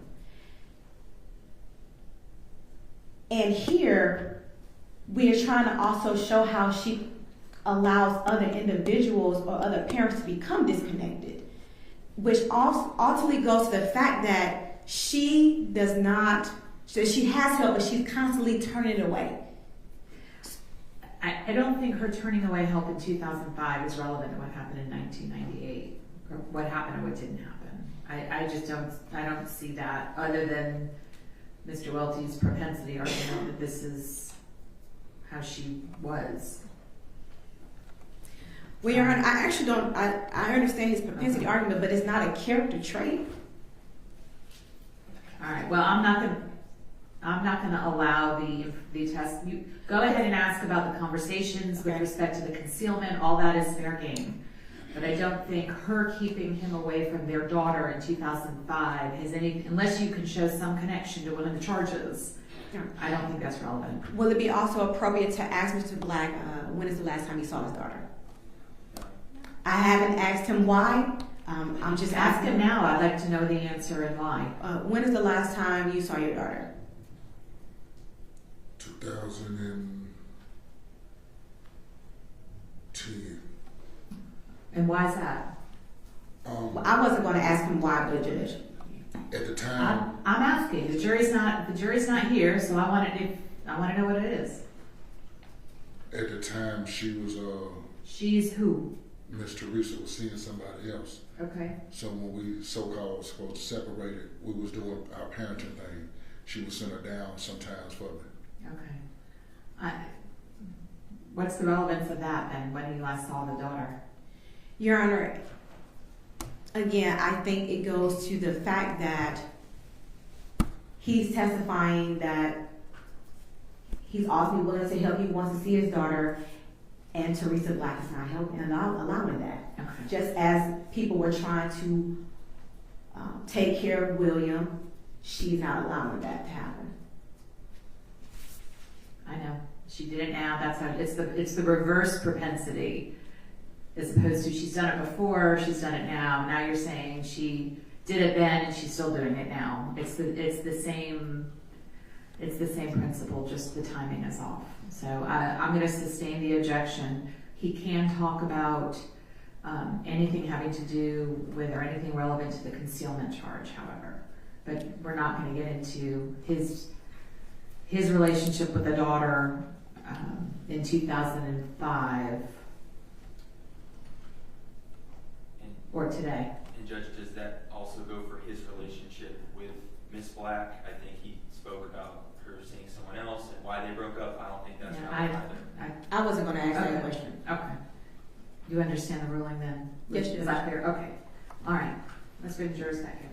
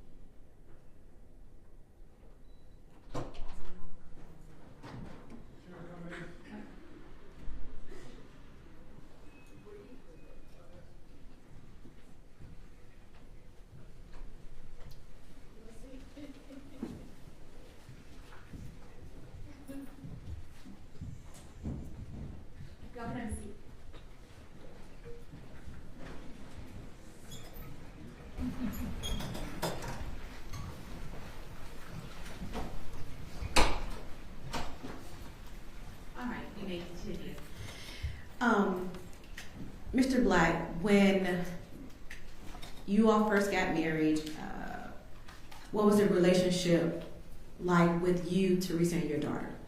It was wonderful. And then at some point, that was in North Carolina, you all moved to Alaska, right? Yes, ma'am. Did the topic of William come up again in Alaska? For sure. At some point, can you tell the jury what Teresa told you about William?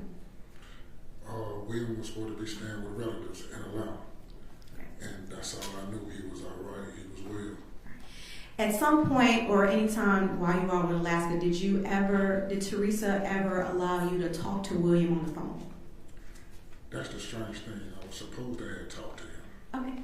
And the person on the phone that you perceive to be as William, you spoke with that person on the phone. Yeah.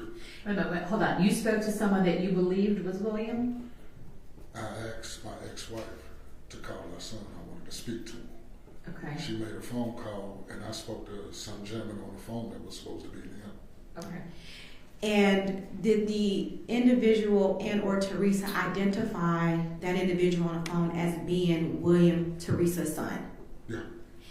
And did you conversate with this person under the impression that that was Teresa's son, William? Yes, ma'am. And during the conversation, can you tell me what did you ask the person you believe to be little William? Well, at the time, since we had just got married, I'm trying to catch up with him and see how he's doing, see if, he will allow me to be in his life. Okay.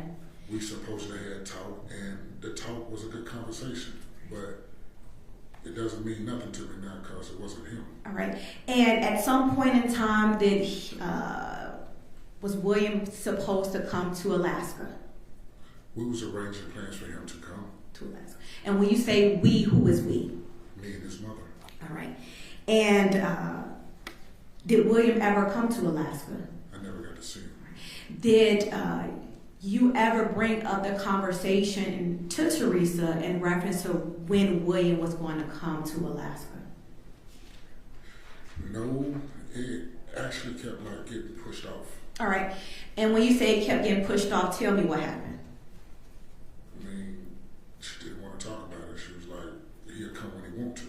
All right. So at some point, was it relayed that he wasn't ready to come to Alaska, but planned on coming? Hold on. Objection to the form of the question is leading. Sustained. Rephrase your question. Okay. At some point, was there ever... Did you ever speak to William again after the initial conversation? The alleged person to be William. No, ma'am. All right. No. So all the information was being relayed by another person as to what William was saying? Judge, objection as to the form of the question leading. I didn't say who the person was, Your Honor, so I don't know how this leading. The question was, so all the information was being relayed by another person as to William. All right. Rephrase the question.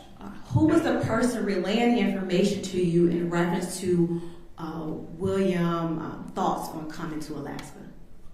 It was supposed to be William I was talking to. Right. Who was telling you the information, relaying information to you about when he was going to come to Alaska after the initial conversation you had with William? My ex-wife. All right. And who was your ex-wife, just to be clear? Teresa Black. All right. And what was her married name? Teresa Black. All right. And do you see Teresa Black in the courtroom here today? Yeah. Can you please identify her by her location in the courtroom and what she's wearing? The young lady sitting over there in a suit. All right. What color is your suit? Brown. All right, Your Honor, let the record reflect that the witnesses identify the defendant. Any objection? No objection. All right, the record will so reflect. And so, approximately, if you can approximate, how many conversations you had with Teresa about when William was coming to Alaska? I said about roughly 2 or 3, no more.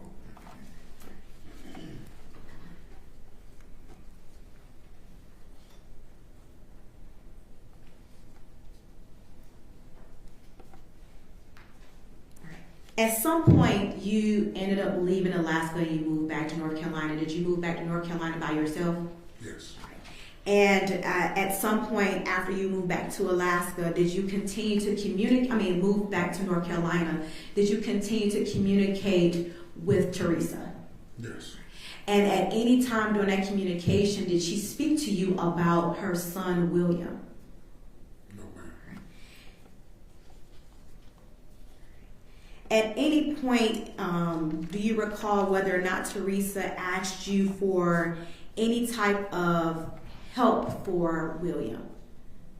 No, ma'am. And who was he with when he was in Georgia? The information I got from her was he was supposed to be with his family. And that can be either side, so I wouldn't know which side it would be.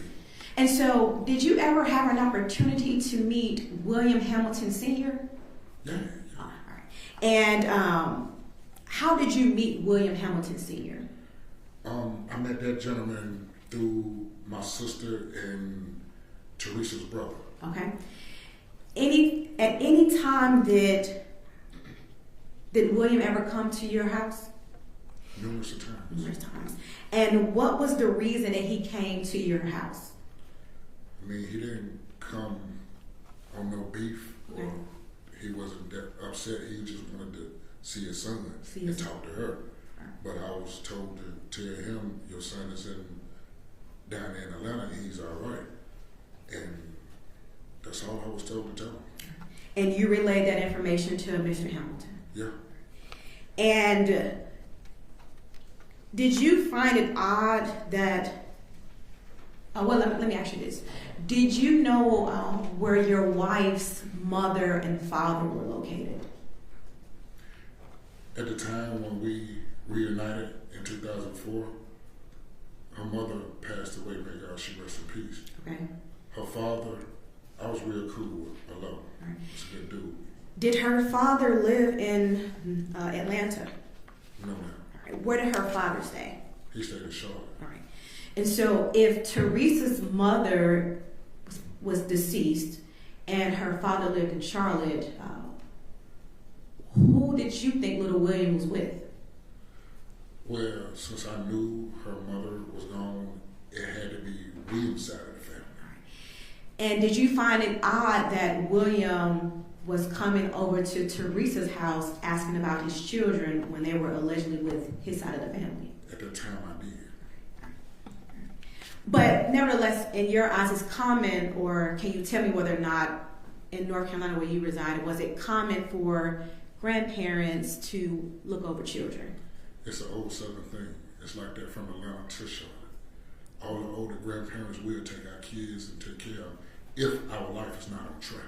Okay. If we're doing something that's a little out of line and our grandparents or mothers don't approve of it, they will snatch the kids up and take care of them themselves. So I wanted to ask you, how did you come to provide this information to law enforcement here in Georgia? Excuse me, sir? How did you get involved in this case? I would say by being married to her and worried about him. All right. I also wanted to know too, because there's a young man who's coming to my door asking for his son, and me being a man, I don't have no information for him, so I don't know what his next move gonna be. It can be he can get mad or do something to me, so I only told the man the truth, what I knew. At some point, did you end up speaking to law enforcement about what you knew in reference to William? No, ma'am. All right. Did you ever speak to anyone in the district attorney's office? When I found out about it, I had called the hotline? Okay, so you saw a hotline and you called the hotline. Yes. And you left a message? Yeah, I left a message with a gentleman. I don't know the gentleman's name to be exact, but I did leave a message with one of the gentlemen. And then someone ultimately from the district attorney's office contacted you? All right. Yes, ma'am. Thank you. Ross? Just one moment, Judge.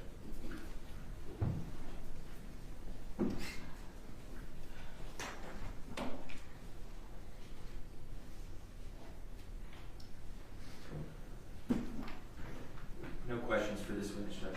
All right. Thank you. Maybe excuse? Yes, Your Honor.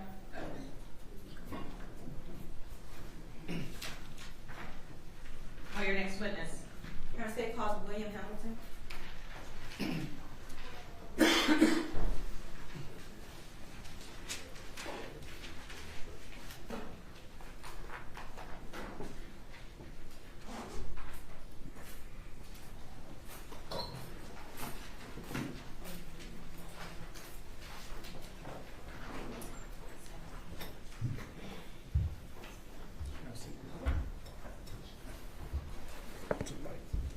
Raise your right hand. You solemnly swear or affirm the testimony you give to the court should be the truth and nothing but the truth, so help you God. Yes. You may lower your hand. You state your name and spell it for the record.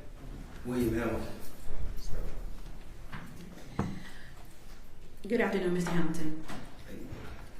If you can do me a favor and make sure you speak into the mic so you can pull it down if necessary. Or scoot your chair up a little bit so you're closer. Mr. Hamilton, where do you live? Charlotte. Charlotte. And how long have you lived in Charlotte? All my life. And do you have any children, Mr. Hamilton? Yes. How many children do you have? I got 5 boys. All right. What's the name of your boys? William, Deshaun, Nairobi, and William Jr. Got 2 sons. I got 3 boys named William. 3 boys named William? Yeah. Okay. All right. So you have 3 boys named William. William Deshaun Hamilton. Where does he fall age-wise? That's my oldest son. Okay. And who is William Deshaun Hamilton's mother? Teresa Black. All right. And when was William born? 92. 1992. Okay. All right. So tell me, how did you meet Teresa? She was a neighbor, and my sister kept, my sister.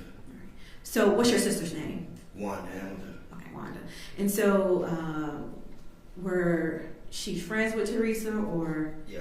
Okay, so they were friends, and ultimately, you met Teresa through your sister. Tell me about that.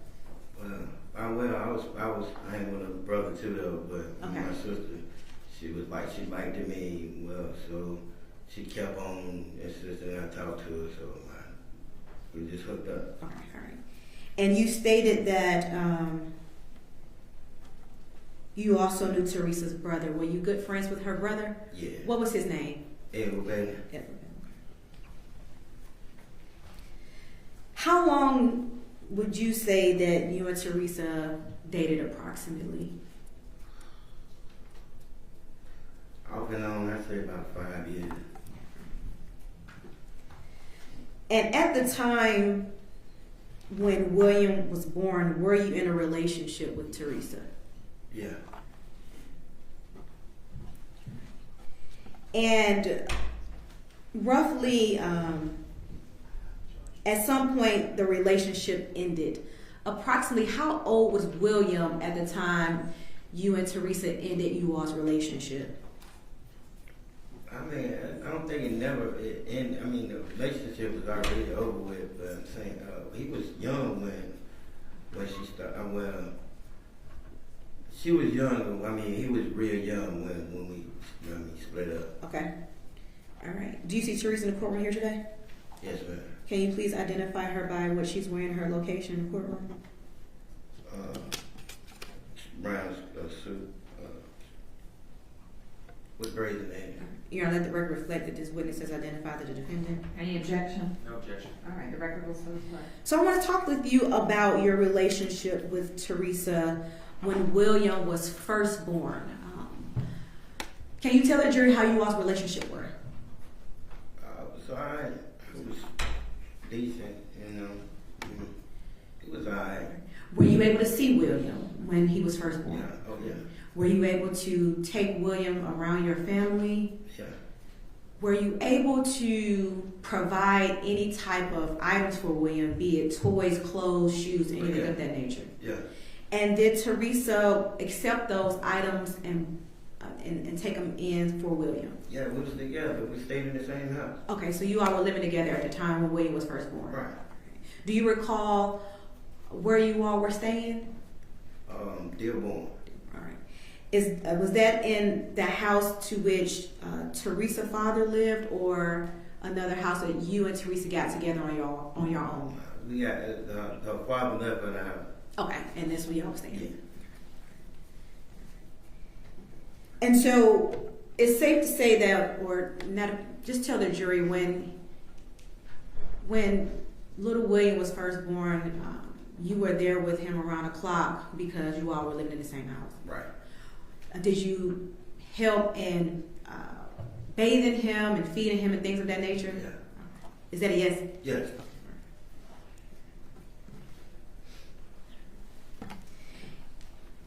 And at some point,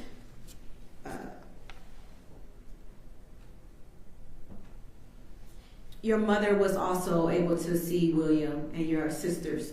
Yes.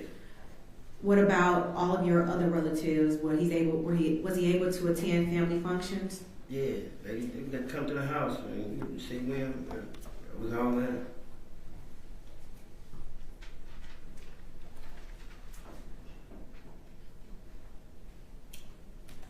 Your Honor, may I approach?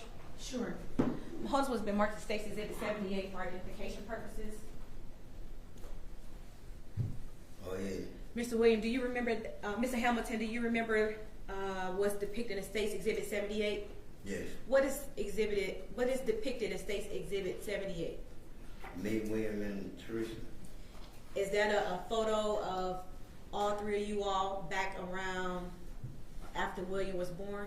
Yes. Is that a fair and accurate picture of you, Teresa, and baby William when baby William was first born? Yes. Your Honor, the time the state wishes to tender State's Exhibit 78. Any objection? No objection. All right, 78 submitted.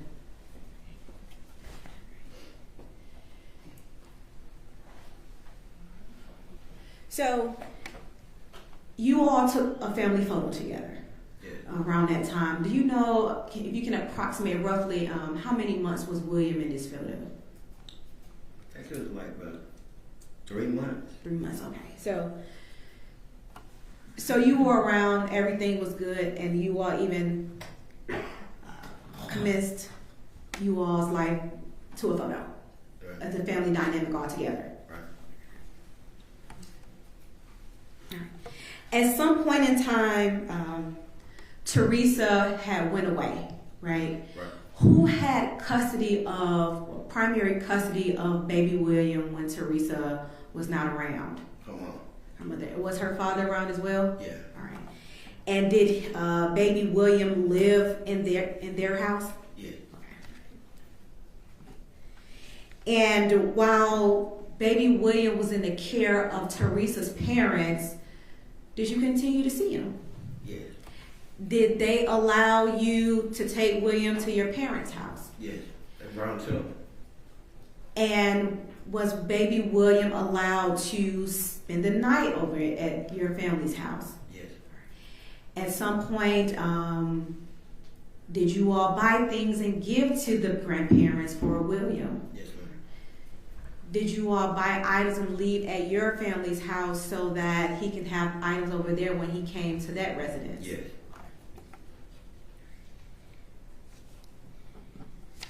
How would you describe your relationship with William while William was living with Teresa's parents? Good. How would you describe William's relationship with your family, to include your mother and your siblings, while William was in the care of his grandparents? That's pretty good. At some point in time, Teresa regained custody of William. Yes. Can you explain to the jury whether, when Teresa was back in the picture, what the relationship was like with William? And it was, I mean, I used to try and come and get him all the time, but she was, she had another, she was messing with somebody else. I couldn't never really get to see him. Okay. I mean, one time I went to go see him and she pulled out a gun and told me I couldn't come to see him. Okay. Judge, objection. All right, I need to send you all back out for a second. Sorry.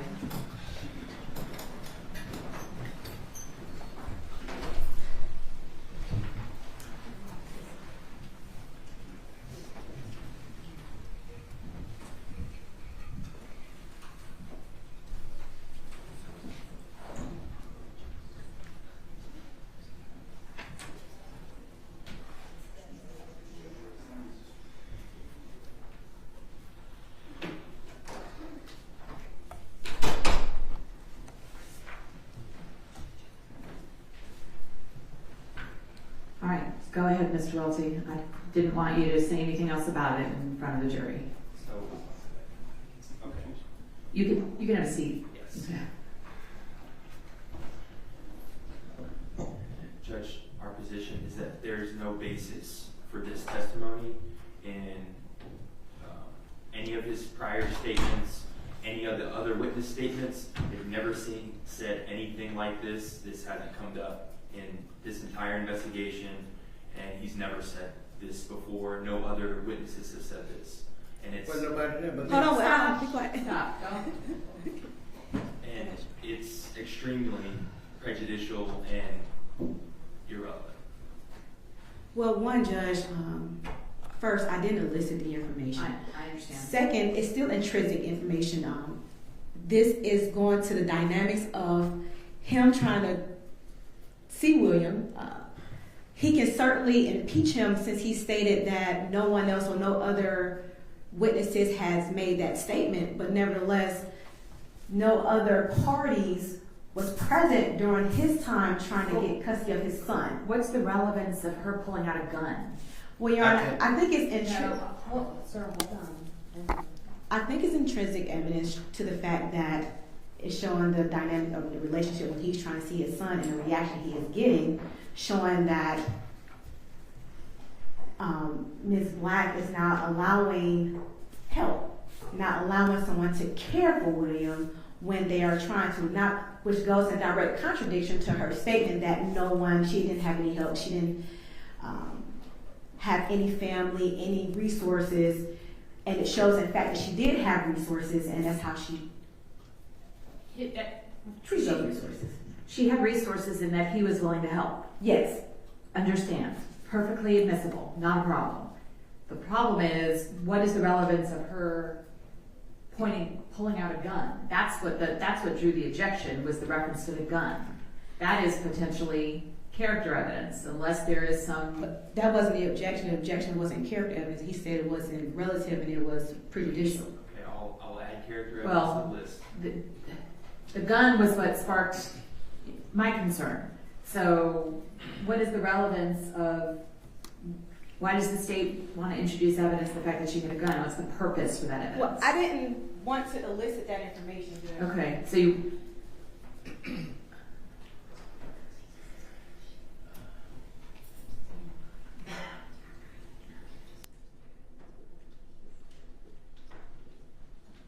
Your Honor, we think that this evidence is intrinsic evidence, and it goes to the fact that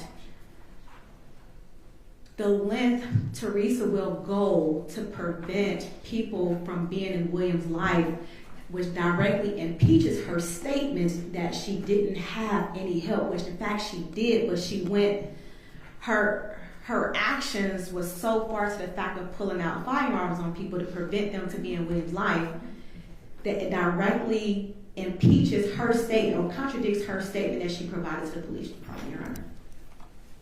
All right, response? Judge, they've established through multiple witnesses, including this one, that, their theory that, she didn't want help or whatever they're trying to establish. That is not what we're objecting to, and we haven't objected to the entire time. It's this, this phrase that he used about a gun, or her using a gun when he asked to see William. Again, never said this before. I think it's... Well, that's not the issue, that they didn't say it before isn't the basis, that's not a legal basis of an objection. Yes, Judge, as far as the relevance is not there, and it's extremely prejudicial in a case like this. Okay. Well, I Your Honor, I don't think it's extremely prejudicial. I think it is probative. Of course, all evidence is prejudicial to some extent, but whether or not the probative value is substantially outweighed by the prejudicial effect, that's a question of issue. Correct. And I disagree that the probative value is substantially outweighed. What Mr. Hamilton is saying and arguing and articulating is that the level that Teresa went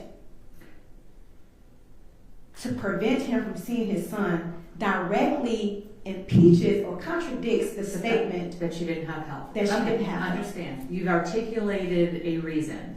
So I'm going to overrule the objection. It'll be admitted for that limited purpose. Do you want a curative or a limiting instruction for that?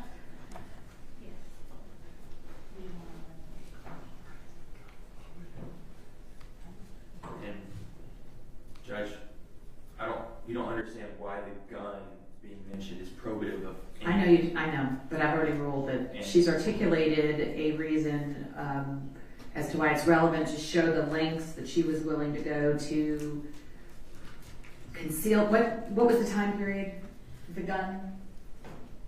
This was while William was still alive. yes. Okay, so the lengths that she was willing to go to keep him from William, to the extent it is relevant to contradict her testimony that she didn't have help, I'll allow it for that sole purpose. So my question is, do you want a limiting instruction? The state does, I'm hearing. If we could just discuss that. Yes.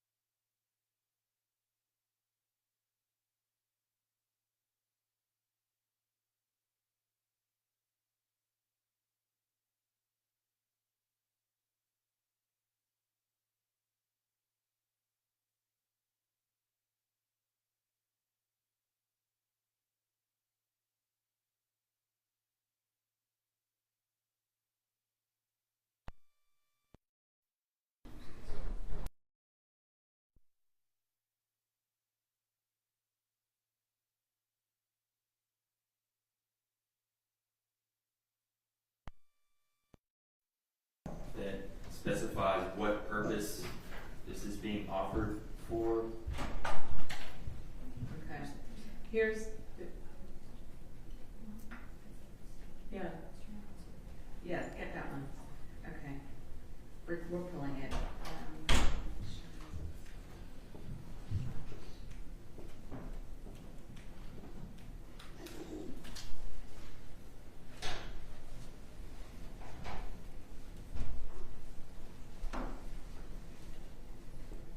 It's going to be something along these lines. You've heard evidence that the defendant had a gun. You are directed to only consider this evidence for the purpose of how it contradicts the defendant's statement that she had no available family to help and not for any other purpose. Whether or not this testimony contradicts such evidence is entirely for you to decide. It's going to be something along those lines. It's fine. Okay.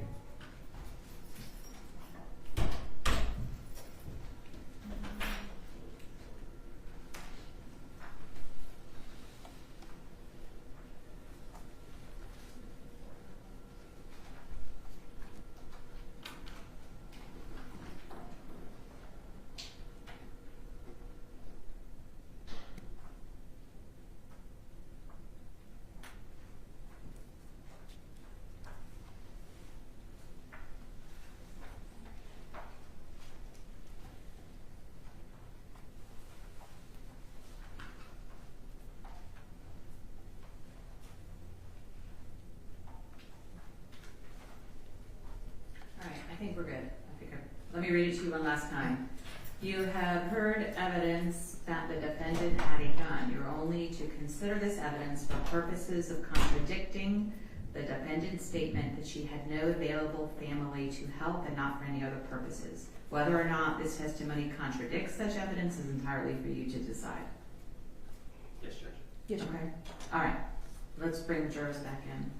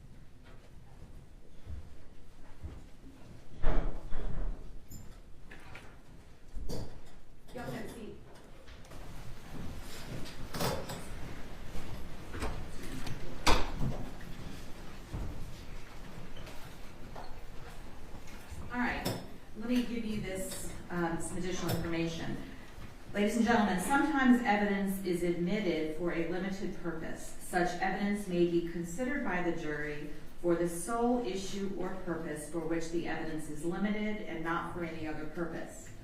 You have just heard evidence that the defendant had a gun. You are to only consider this evidence for purposes of contradicting the defendant's statement that she had no available family to help and not for any other purposes. Whether or not this testimony contradicts such evidence is entirely for you to decide.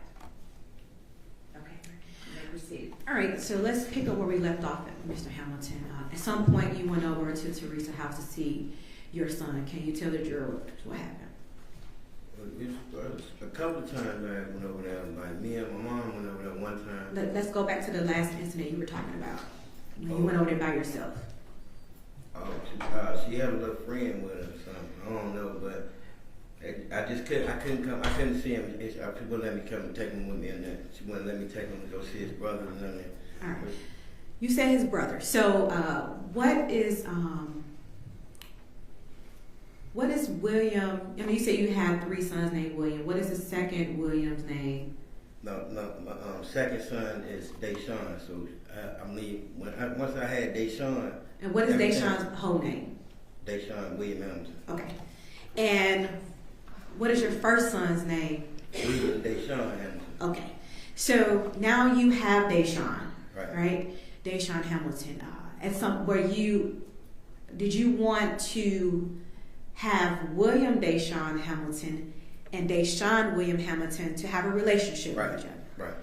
And Deshaun, we're just going to call him Deshaun just so we can not be all confused. Was Deshaun mother someone other than Teresa? Yes. Okay. So roughly how long after William was born was Deshaun born? How many years apart are they? Deshaun is like 25. I say about 5 years. 5 years apart? Yeah. Okay. All right. So at some point, you have Deshaun. Right. Are you able to let William or get William so he can meet his brother? No. At some point, does Teresa come to know that you have another son?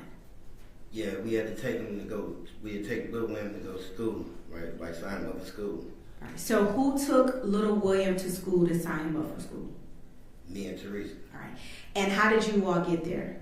Pool walk. All right. And so at this time, roughly, how old is little William when you were enrolling him in school?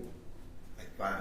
All right. So he was going to the public school or daycare? What kind of school was it? Public. Public school. Okay. So, all right, you were walking to enroll little William in school with Teresa. Right. All right. Tell me what happened. What you mean? You We signed him up for school, Right. and then after that, but our mother, she brought him around, and he got to spend the night one time with me, with his brother, just one time. That's the only time he seen him. And did Teresa know, or did Teresa No. come to learn that Deshaun was at the house? Nah. Okay. So at some point, when does Teresa stop you or no longer allow you to see William? Oh, as soon as that happened, it was way before then I couldn't see William. The only reason why I got to take him to see William, Deshaun that time, is because I went and helped to sign him up for school. That's the only reason why that happened that time. All right. And so you signed William up for school. And were you able to see William after you signed him up for school? Nope. All right. During your time, this time frame, before you signed him up for school, were you able to buy him things and give them to individuals to give to William? I can buy him anything, but I still couldn't see him though. Did you ever provide maybe any of her family members what items you had brought to give to William? Yeah. And who was that? Edward Bailey. And who was Edward? A brother. So you were essentially communicating through little William through his uncle Edward? Yeah. All right. Do you recall whether or not your mother was allowed to get William during this time? Oh yes, sometimes she'll go get him, but that was like a couple of times too. Do you know whether or not were you present at some point when your mother got William and went to take him back to Teresa's house? No, I wasn't there. Okay.